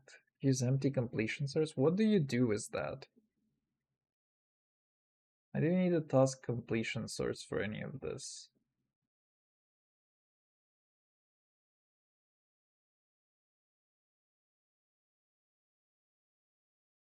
Huh?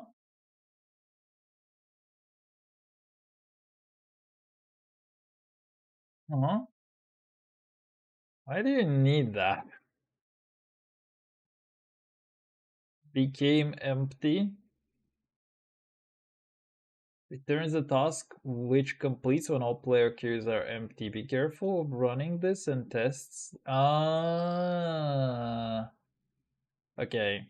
Yeah, okay. This is for testing purposes, I guess. Yeah, because you're okay. That makes sense. Set exception, fair. Set result, nothing. Okay, I see. That's fair. All right. Action executor. I'll probably go through a couple more files today. We'll see exactly how large they are. But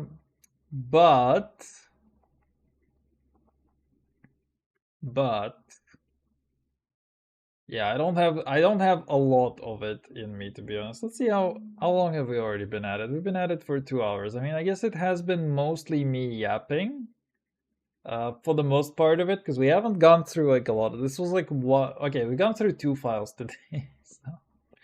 So far it's not bad already, I want to say, but hey. Okay, so you get an action queue, action cancel token, queue task completion source. Fair is paused, is paused, is running, queue task completion source, task bulk, fair enough. Currently running action before action executed, just before action finished executing, after action executed, bunch of events. Action queue changed. Okay. Pause if non-interactive mode is active. Pausing queue is pause equals queue. Unpause. Oh goodness. Finished executing action. If queue task completion source equals no, return task dot completed task. Return queue task completion source task. Okay, fair. Cancel logger debug canceling queue.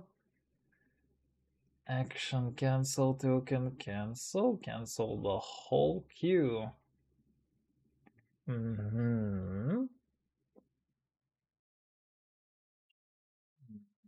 Action queue changed is running, run safely, execute actions. Oh, there you go. That's what I'm interested in. If not is running. Okay, so you should be setting is running somewhere, not here apparently. Wait, where do you set it to true? Where do you set is running to true? Oh. Oh. Wait. Okay, if not is running, task completion source, queue task completion source. Queue task completion source is not null, then task equals task. If task equals null, task is completed. Okay. Where do you start the queue task completion source? You should be finished executing actions. Not yet. I assume this is also something that is for testing and multiplayer test. Yeah. Okay. Wait. There. Oh, wait. You have combat manager.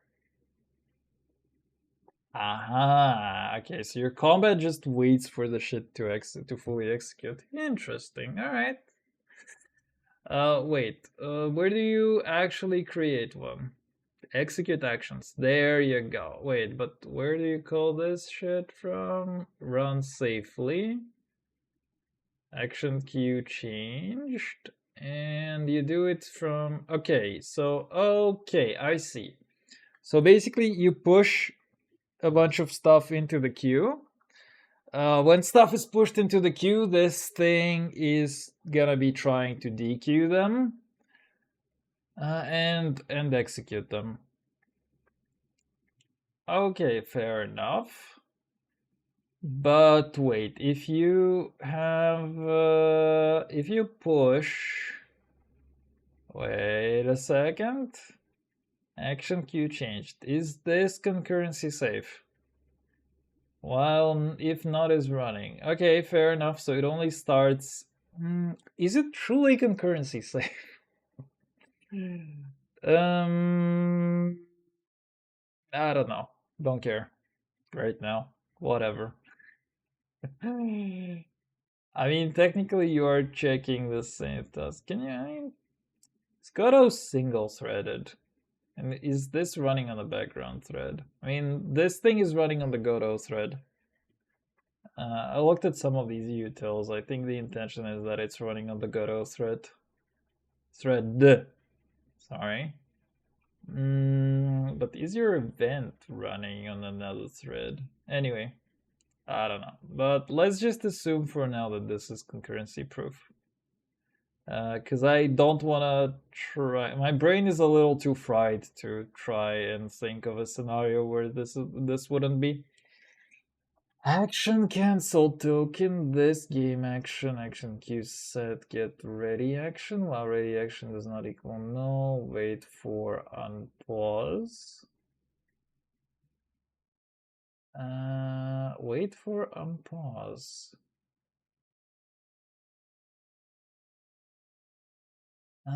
If non-interactive mod auto slate check, whatever, while is paused if test mode is on, await and gain instance, await process frame. Okay, so basically whether it is hooked to Godot or whether I like, you know what I like? I like what this implies, to be honest. It implies that they have test mode, which is running the engine outside of Godot. Is on, is off, not is on. Love that. Assert on, assert off. Turn on internal. Yeah, that's me. I also have the same method on me. Turn me on internal, daddy. Anyway, I love what this implies. Like, so they are basically testing this. So this is testing the thing outside of Godot. So they just add like, 50 millisecond delay. And this is in Godot, so they just wait for the next frame. Does it just get tree? Yeah, get tree or no. Oh, it's tied to a node. Wait. Oh, end game. Okay, okay. So they have a root control node. They always get it and they use it to wait for the process frame signal. Okay, fair enough. Oh, get process delta time.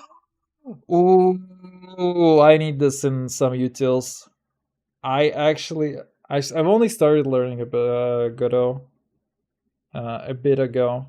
I needed to know about the existence of that method actually, because I want to make equivalents of coroutines with tasks, and then the problem is that if you wait for the frame, then you need to get the delta. It's like you cannot keep reusing the same exact value. Anyway, if ready action state equals game action changed, ready action get ready action. All right.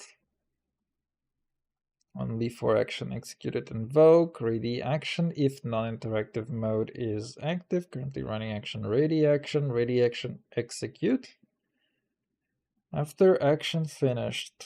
Okay, I want to actually find one action execution logic. Like, let's say I want to go through a card action, for example, because that card is gonna have a player choice, and I want to see exactly how they hook to the player choice, because my understanding for what they do is that they basically have a bunch of events that get triggered between a bunch of these components.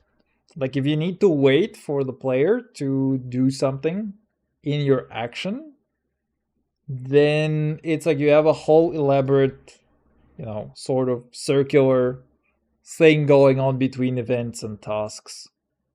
You have a couple of these components.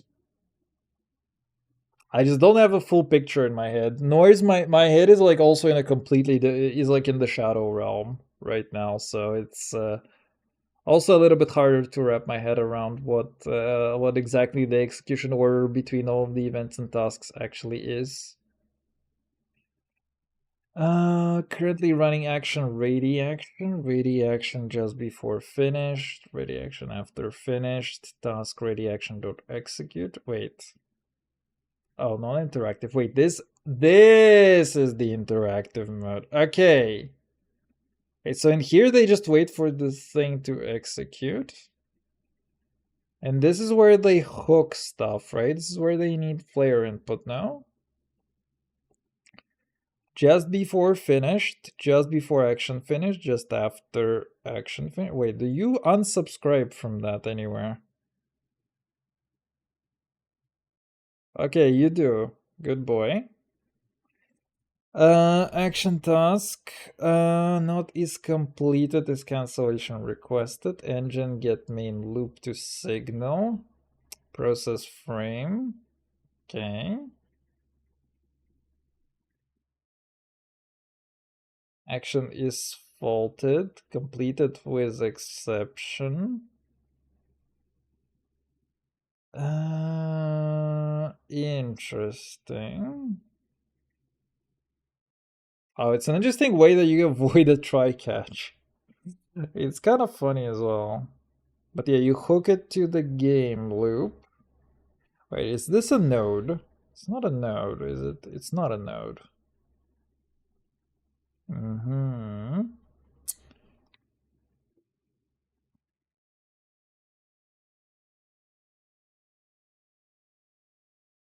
What's the point of executing it this way versus just waiting? Is it because your game action needs to... No, your game action is also... Wait, I also said that they are running this outside of the Godot because of this test mode on, but apparently they cannot run this outside of Godot because you have a direct engine dependency over here when you're waiting for your action. Alright, I mean, unless there is conditional compile, in which case I will never know that. Or will I? I don't know if compilation symbols get, or the preprocessors get decompiled properly, to be honest. But anyway, In progress. Combat manager instance is in progress. Flag ready action is end player turn or ready to begin enemy turn action. Alright, flags. Check win condition. Oh, interesting. Kind of want to see that. We're gonna get to the combat manager in a while, but ready action finished. Was the action of action ready action. State is attempting to find new action just before finished. After finished action Q set get ready action. Q task completion source set result. Result true.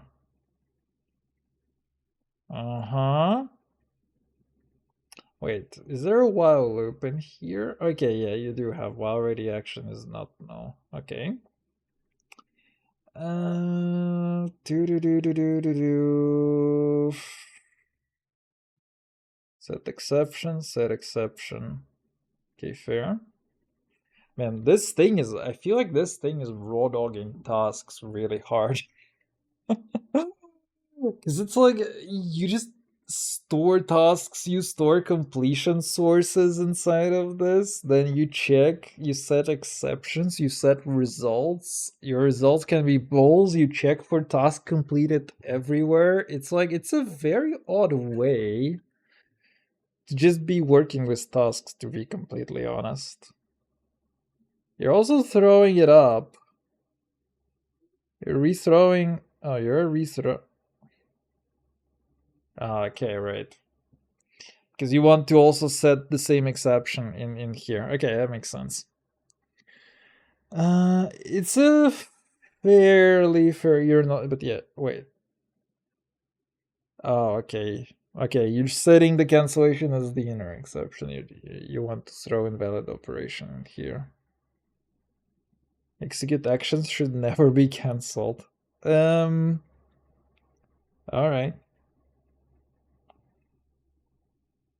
It's kind of interesting because they probably had a thing going, but wait, where do you pass a cancellation token? Do you have a cancellation token? You do have.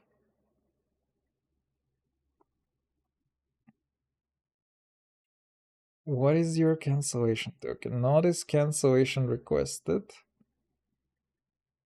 What? Shouldn't it be on the token? Okay, never mind. I guess it's also on the CTS itself.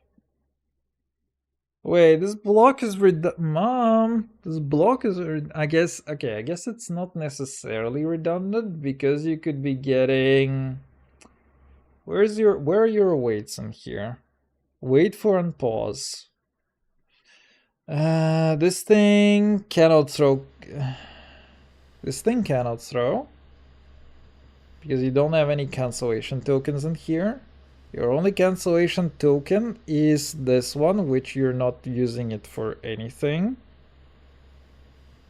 You don't have... what can you cancel? You can technically cancel an action from this task, but I don't think game actions should be...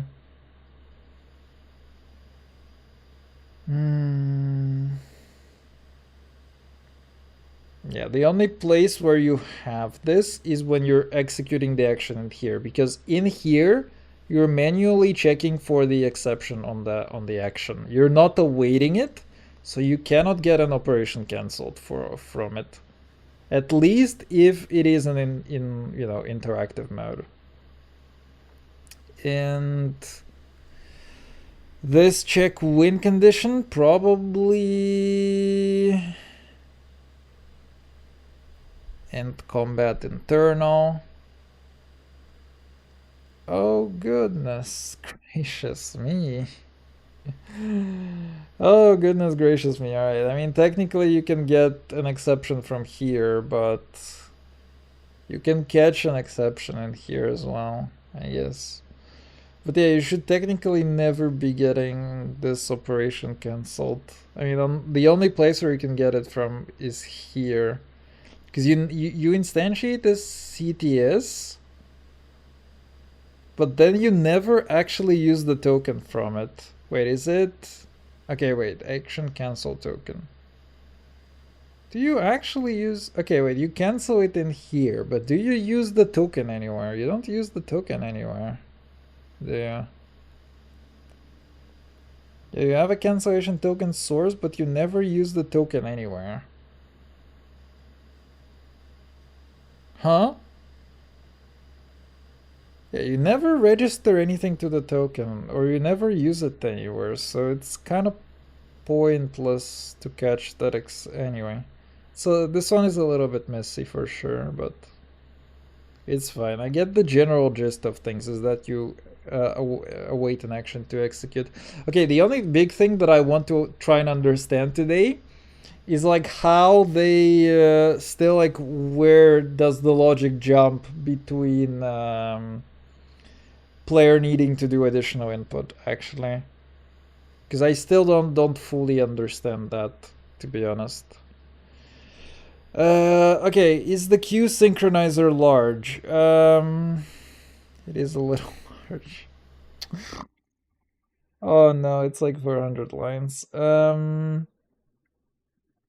let's take a look at the card play action. That's currently what I want to do, to be honest. Okay, you have execute. Where is the execute internal? There you go. Okay, card play action. Where are you at? There you're at.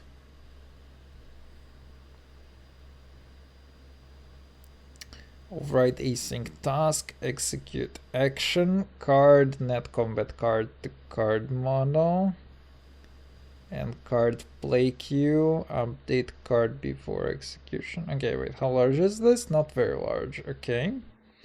Update before execution, creature, player, creature, combat state, get creature async, target ID, what is this, 10?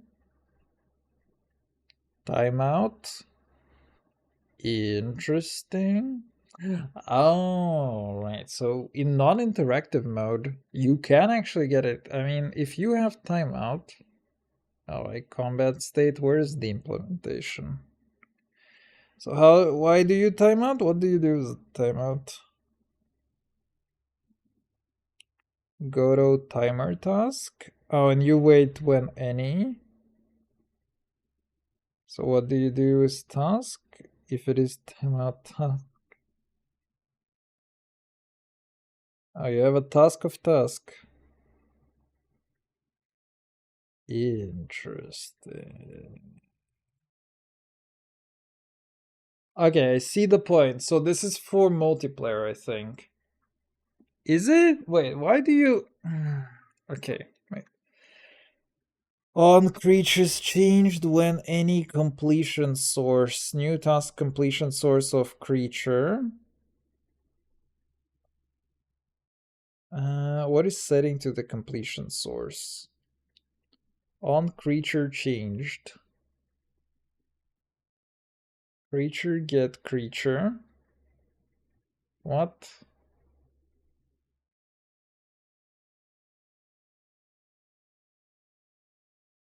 If creature does not... Oh, okay, yeah, it is. I think it is for the network synchronization. You basically wait for 10 seconds in here. Right, okay, I see what's going on. Technically, it would make sense to also get a lock in here before you subscribe and before you check, because you can have a packet come in and this can fire before you subscribe to it. But, you know, this is like very, very minor, very, very niche. It's very unlikely to happen in actual multiplayer. I mean, who knows? They probably hit this condition quite a bit. Because, you know, executing this on one single claim... Where is it? Wait. Get the creature with the specified combat ID. If the creature doesn't exist, keep checking for a while before timing out and returning no. How long to wait? No, if it doesn't exist, and we've waited long enough. Interesting. I mean, it feels like it is for multiplayer, but it's like waiting for it to spawn. Anyway, I don't know. For now, let's just continue as this, right? So you're waiting. So technically, you can get an exception from here as well, but it is not a cancel. It's not a cancellation. They're actually not using the cancelled thing. So the method on the action executor still never has to deal with the operation cancelled. Pile equals card dot pile. Pile does not equal no, and pile card does not equal hand. Remove card from queue. Flags target type, any enemy, any this. Flag log warning. With target type of any, but no target was passed to play the card action. If card not can play and not is valid target, then cancel. So you're canceling yourself. Interesting. Player, card owner, playing card ID, entry value, tuple, awaits card spend resources, resource info this, player choice context, game action player choice context, and card on play wrapper. Player choice context, target autoplay false resources. Okay, fair enough. I still don't fully understand. I still don't fully understand something. So how do you request for additional player input then? Let's go back to game action. Go back to the drawing board. And also I'm gonna probably finish the stream fairly soon because I do want to go sleep and I am very tired today. Okay, let's go back to this thing. So you have a state machine before executed and execute after resumption task source. So if you execute this, task when any, pause for player execution. Okay. Oh, okay. So you're either executing or waiting for player choice.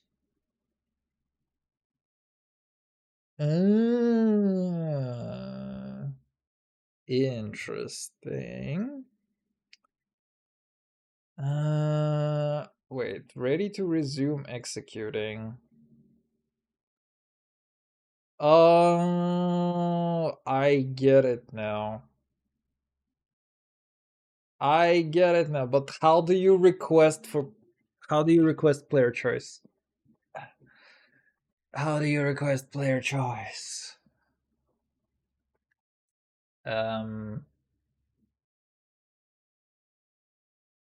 So wait.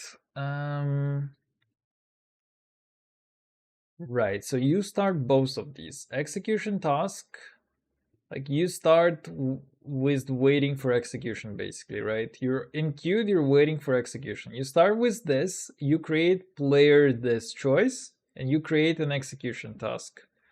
In this way, neither of these is actually null at this point. That's pretty good. So then you wait for either one of those. But you run safely the execute async.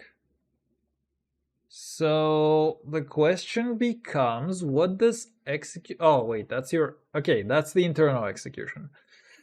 But wait, how do you get the player choice task? Where do you actually set this as completion? So pause for player choice. If it's not executing, so this should be, yeah, game state equals executing. So who is calling pause for player choice? Action queue set. Pause action for player choice. Who is calling you?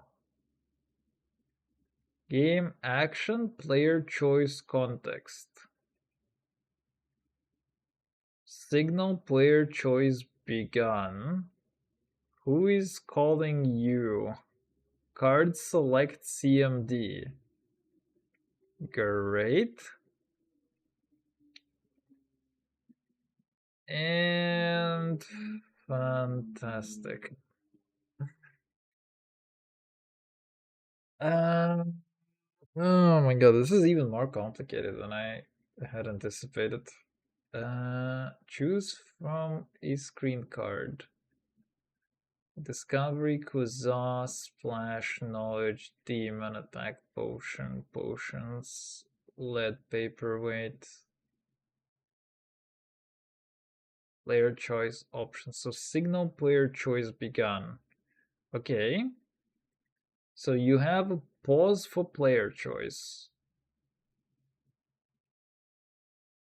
Pause for player choice task, set result, execute after resumption. Oh my goodness. State gathering player choice. Resume after gathering player choice. Do this. Execute after resumption. Wait for action to resume executing after player choice. Oh my fuck. Ready to resume executing, you do this, and your execution task is still the same thing.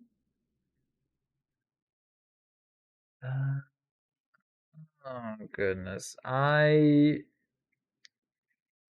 that's quite convoluted, I'm not gonna lie. So you pause for player choice or you pause for the execution? Wait, okay.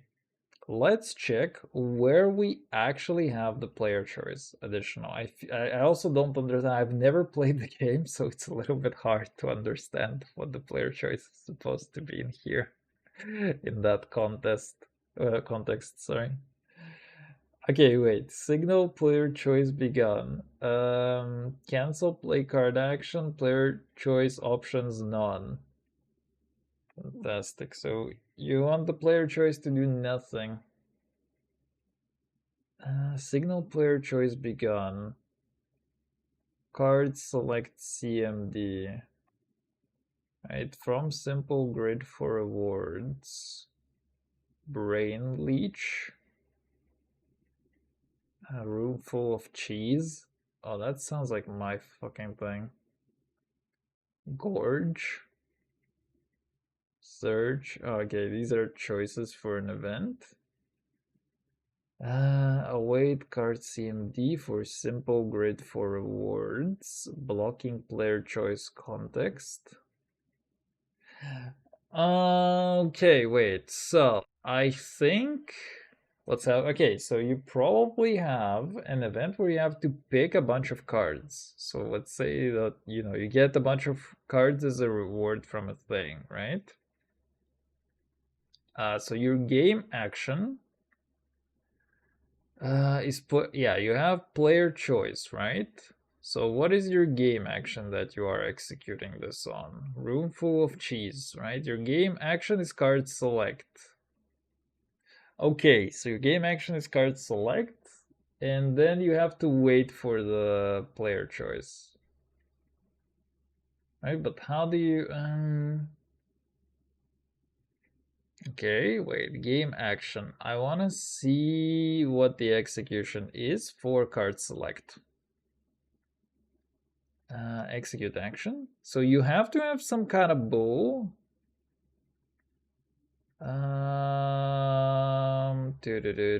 Console CMD game action, discard potion, and player turn. Generic game hook action, pick relic, play card, use an ancient potion, vote to move.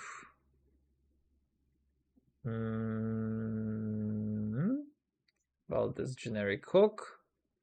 Choice, context, set, source, task. There you go.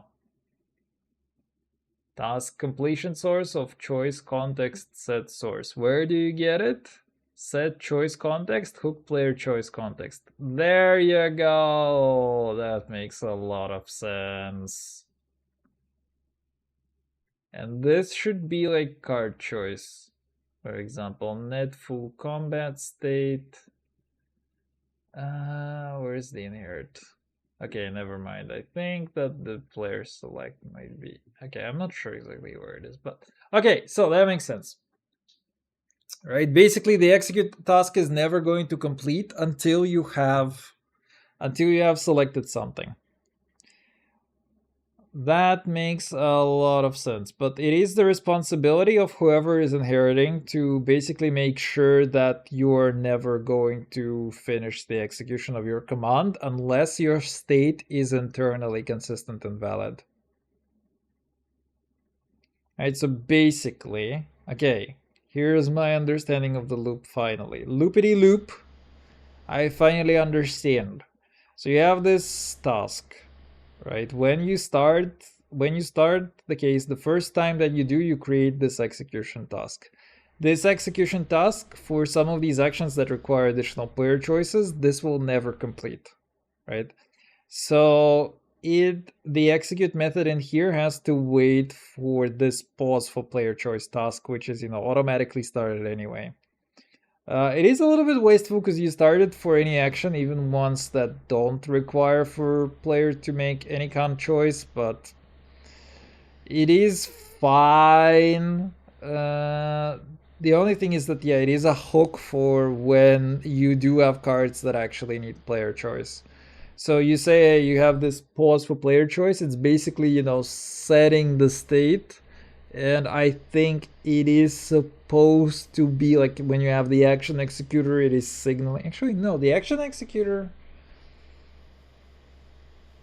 Yeah, the action executor does it one by one. Right? So it is going to wait for the whole execute method. So it actually doesn't really matter whether you're like communicating anything back to it. Interesting. Anyway, so yeah, this is pausing for the player choice. After before paused for player choice. I don't know if there is I kind of want to find where this thing gets a thing, but I don't know. Don't care right now, probably. But yeah, anyway, you're gathering the player choice, so there is and when you have done it, resume after gathering player choice. So what is calling you actually? Action queue set. Oh wait, interesting. Right, there's this thing for pausing action for player choice. Oh man. Why does it need to be like that? Anyway. I see the point. It's somewhat coherent to me. I wouldn't call it the best thing in the world, but it is at least somewhat coherent for me as to what is going on over here right now. And yeah, you do rely kind of on a very elaborate sort of thing. You do sort of rely on a very, very elaborate setup over here, so it is fairly interesting. And you also always spawn a task that you wait. It seems like most actions don't really require for the player choice to be anywhere in here, so it's like you do create a new completion source every time, but it's like whatever. All right. Anyway, interesting where we got. Action queue synchronizer is, I guess, the only big thing that I have missed out on so far. Maybe I can just read the methods and understand exactly what we're doing here. Oh, this is networking. Is it? Is this request and queue action message? iNet message. Okay, this is networking. Message buffer, register message handler. What is your message buffer? Run location targeted message buffer. Anonymized message handler delegate, type and message handlers, message handler, anonymized handler, blocked message, on location changed, call handlers of type, register message handler. Unregister, handle message. Interesting. Not sure. Not sure why exactly you need it like this, but would be beyond. This is a little bit beyond the scope of me analyzing the game engine itself right now. Like I don't really care about the multiplayer. Set combat state. Interesting. Action queue set. Combat ended and pause all player queues. Combat started. Okay, so it's basically a thing that is supposed to be synchronizing queues between two players, from what I understand, that are both, in multiplayer or in multiple players. I guess I think it can be more than two. Request and queue, game action, not play phase, client, single player host, queue action. Yeah, okay. So you have one player that is a host, other ones are clients. If you're a client, you send a message. If you're a host, you just queue everything. Is it actually only the queue? Wait, how does it work? Wait, you have request and queue. I want to see request the queue as well. Request and queue hook action, whatever. Request resume action after player choice. In queue action, okay, host, you send messages, and then you just queue yourself. Okay. And queue hook action, again, if you're a host, you send it out to the clients. Resume action, handle request in queue. Yeah, okay. Where's the client? Okay, so this is the client processor.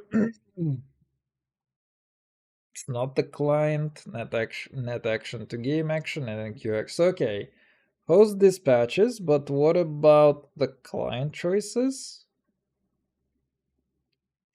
Handle hook action and queue message. Queue hook action, host, client. I should be using this to scroll. Host, resume action, clients. Get hook action for ID. Okay, wait, interesting. Where are the clients things? Request resume action after player choice. If you're a client, okay, yeah, if you're a client, you send a message to a host. In queue hook action, you send it to a host. Request and queue, you send it to a host. Okay, that makes sense. But if you are a host, then you do this, you send the message to everybody, and then you queue it for yourself. Okay, that makes sense. But wait, I have another question. How do you synchronize the IDs of your game actions? Oh, right, you send the message first. Oh, this is synchronous message sending. Oh, ew, no. The rest of the engine is so perfect and async. Only has to wait for two tasks in one place, and you're sending the messages in synchronous way.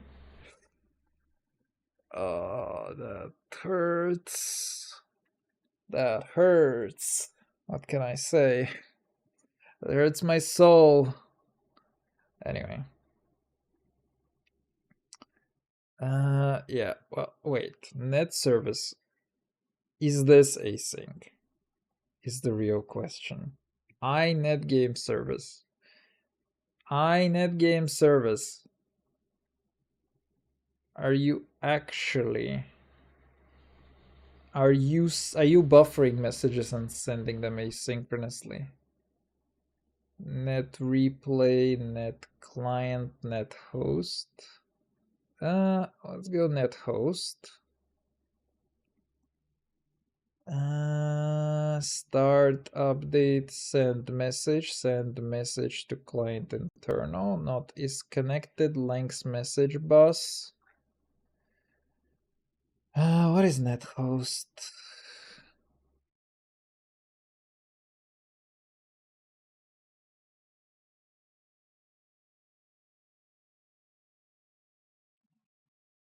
Come on. Where's the actual implementation? Sir, I need my actual implementation. I need implementation ships. eNet host. Beauty. Do you buffer your shit? I know I said the engine, but now I'm looking at this thing. Update, no, send. Don't care about packet. Send message to client. Yes, baby. Peer send. Now that is synchronous. Connection by ID dot peer client connection send. Yeah, this looks to be synchronous. What is it using? eNet host? Is this something custom? No, it is megacrit net host. Net host eNet connection. So what is this? What is you? Oh, there you go. That's an external library. Namespace Godot. Ah, so it is built on Godot network protocols. Okay. Fair enough. Create host bound 00 blah blah blah. Okay, fair enough. I don't know about networking enough with Godot to tell you what would be going on here, but this is a very interesting part of the code base for multiplayer for sure. But asynchronous, man. Why you do this? You killing my soul. Synchronous message sending API. Oh my god. You're killing me, game. Anyway. Not hard to create wrappers around it, but just weird is all that I can say. But it would be hard. I wanted to check how they generate the IDs. Like, how do you synchronize the next action IDs between the host and clients? Because technically you don't. They're not synchronized to the host, it seems like. Oh wait, I'm still in the synchronizer, right? Okay, wait, next hook. Oh no, never mind. Next hook ID. I'm not sure what the hook is supposed to be honest. Assigned to hook actions. Exposed only so the combat replay writer has access to it. Okay, I'm still not sure I fully understand what's that, to be honest. But the only thing that I wonder is like, oh wait, does it actually? Oh, or no. I'm trying to think. Because it's like, okay, if you have a 4-player game, you have one host, you have 3 clients. Your action queue set tracks an internal ID number. Right? So it has a underscore next ID. Right? Where does this ID come from? Next action ID, whatever. Get an increment action ID. Yeah, right. So the only thing, you don't really use it though, do you?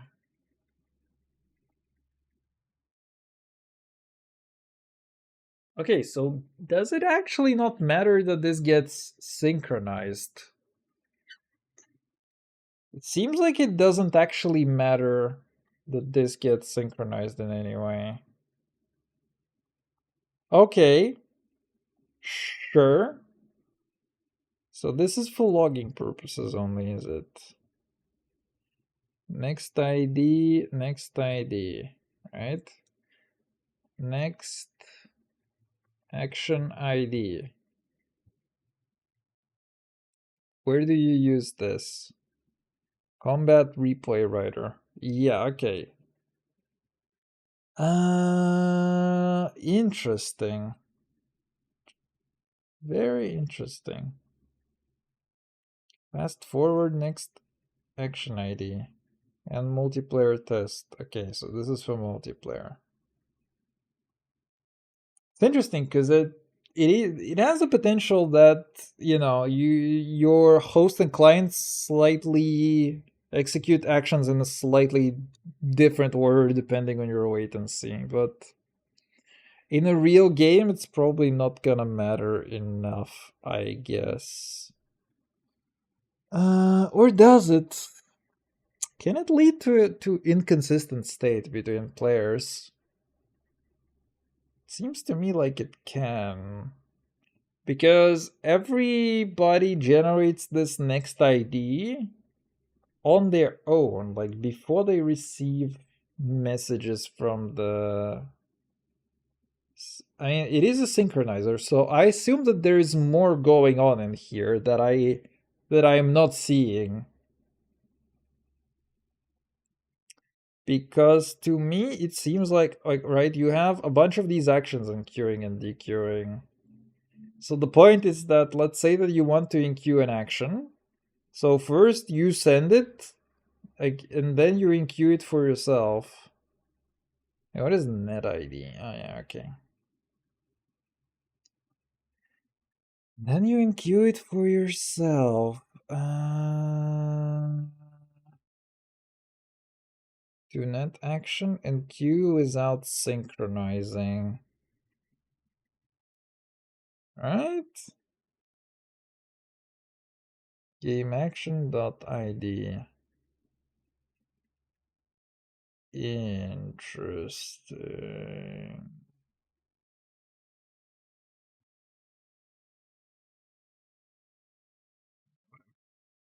Okay, I don't think I fully comprehend how you synchronize action queues. To me, right now, it looks like you still have the potential to start executing things a little bit out of order between your players. But I could be misunderstanding something about the logic over here, to be honest. Like, it might not be a huge problem when you have like one or two players, or I mean when you have two players, but if you have like four or something, it seems like this is finicky. Because I have seen like 4 players for it in GDQ, but I don't know if it was, you know, the base game or if it was like somehow modded to have 4 players as well. But anyway, this is interesting. I think you do run the chance of actually executing things way out of order. I mean, it's not huge or anything. Probably not super important. I mean, unless you have like status effects where, you know, you accumulate damage. So it's like one person applies a status effect, the other person just sort of does this thing where they deal more damage based on the status effect. That sort of thing can definitely fuck you over. If executed out of order, because then your enemy HP starts to desync. But I don't know. I want to say get hook action for ID. Next hook ID, generate hook action. So what is generic hook game action? Hook ID.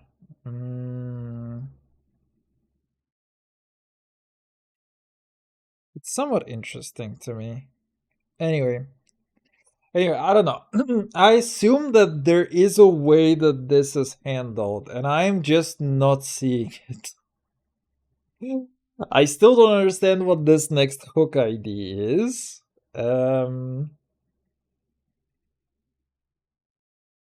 But yeah, until proven otherwise, I'm just gonna assume that I am the problem over here.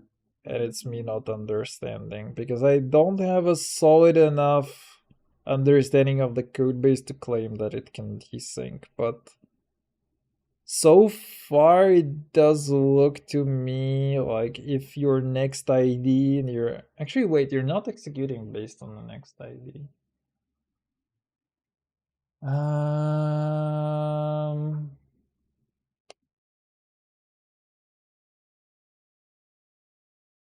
Right, the next ID doesn't actually matter, right? What matters is the order in which your actions arrive and how you DQ them. You DQ them for every player. After they are in queued immediately. You keep executing for the same exact player after something is in queued. So technically, but wait, do you lock? You don't lock the execution to a single player at a time, do you?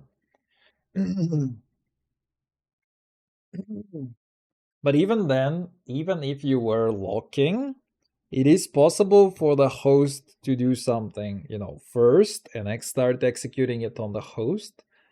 Or is it? No, wait.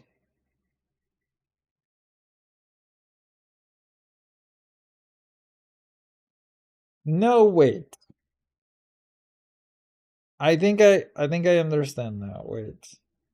Because you send the action to everybody before you start executing it, right?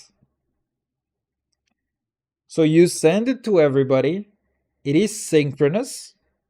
So technically,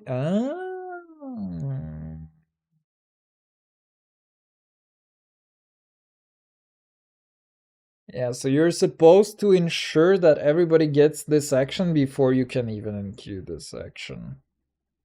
So they also enqueue this action on their own parts, and oh my goodness, thank you AI viewers, very cool.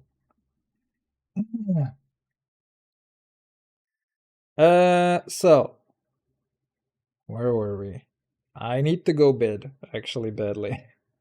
To enqueue hook action with ID, do this. Yeah, okay. Okay. So yeah, for every action, wait. Hook game actions are a little different than normal game actions. They contain arbitrary logic that is executed as part of a hook. Since hooks are executed on all peers, we can identify the actions by an incoming ID. On clients, a message is sent to the host, and the host sends a message back to confirm that the message is enqueued. Okay.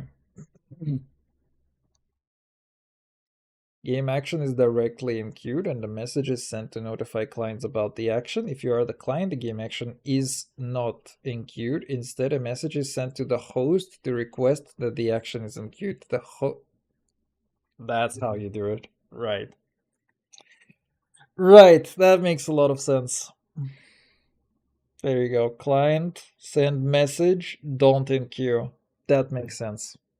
Oh my. I'm an idiot. Yeah. Okay, there you go. That's the part that I was not seeing. Yeah, that makes a lot more sense. Your host is one and only source of truth. What matters is their execution order. And then the host tries to guarantee that all of the clients are synced by, synchronously sending shit at them. Okay, makes a lot of sense. We figured that part out. I don't think I need to read this class anymore. Good. We have player choice synchronizer afterward. You know what? Player choice. Oh, shoot, I keep forgetting. It's kind of annoying that OBS does that, but whatever. No. There we go. We figured it out. That's all that matters. All right, folks. Thank you all for stopping by. It was fun to chat, and it was fun to keep going through the code a little bit. My understanding today of the basic game loop has improved massively, and I am very happy about that. So I'll probably keep studying this off stream because, it would be fun to actually play video games on the stream for once. Oh, and I am gonna go eat. And I wish you a good one. I'll see you all. Bye bye. Have a great one. What is bro coding? Slay the Spire 2. Am I late? You are very late for sure. But yeah, this is the source code for Slay the Spire 2. I've been spending like a few days at it, trying to.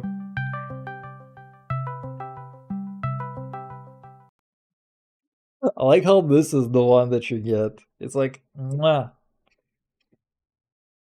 Anyway, this is the source code for Slay the Spire 2. We've been yapping here at the first part of the stream. I'm very sleepy. I didn't want to play video games, so I just spent time. I'm spending time studying the code base here, learning things, not learning things, trying to understand how the game works without ever having played the game myself. And it's a fun experience, right? So I'm just reading through the code base, seeing how everything is organized, how they, communicate between various components, because they have a custom game engine inside of a game engine, or, outside of a game engine, I guess.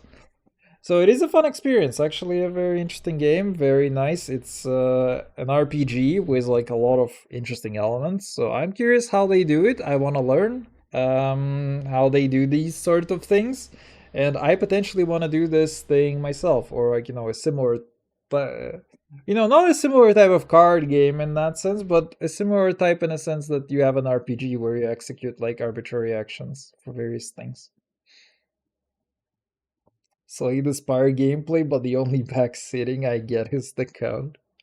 Exactly. Imagine like this is like the level 100 of backseating. You sit down, you read the code base, you literally know exactly what the code is fucking doing. And afterwards you go into people and you're like, "Oh bro, did you know that this is how it fucking works, man?" Yeah, you see, did you know that the combat manager has a function called end combat internal? And this thing is like actually, you have like what 1500 lines of code on these things. Some of these are like actually pretty huge and pretty painful to read, but so far, yeah, this one is also gonna be a banger. I only looked at the init and I'm looking at the subclasses that it is initializing. Well, you have this thing, which is like the Karen of managers. Go sleep, you nerd. Yes, I will. I was just about to go to sleep. That sort of thing. Anyway, it's an interesting code base, is what I can tell you. I do game dev, so it's fun for me to sit down and to read through it as well. And it's also very fun for me to see how a game like Slay the Spire is also doing this sort of complex RPG kind of thing with a lot of different moving elements and also choices here and there everywhere. It's an interesting code base is all that I can tell you, and it is something that I'm trying to learn from a little bit, or at least learn the good things and learn the bad things, right? That's sort of the point, right? Try to find the bad things that you don't like and then try to make sure that you get things get better in your own code base. But anyway, thanks you all for stopping by. You too random. I hope you have a good one, and I'll see you. Bye bye.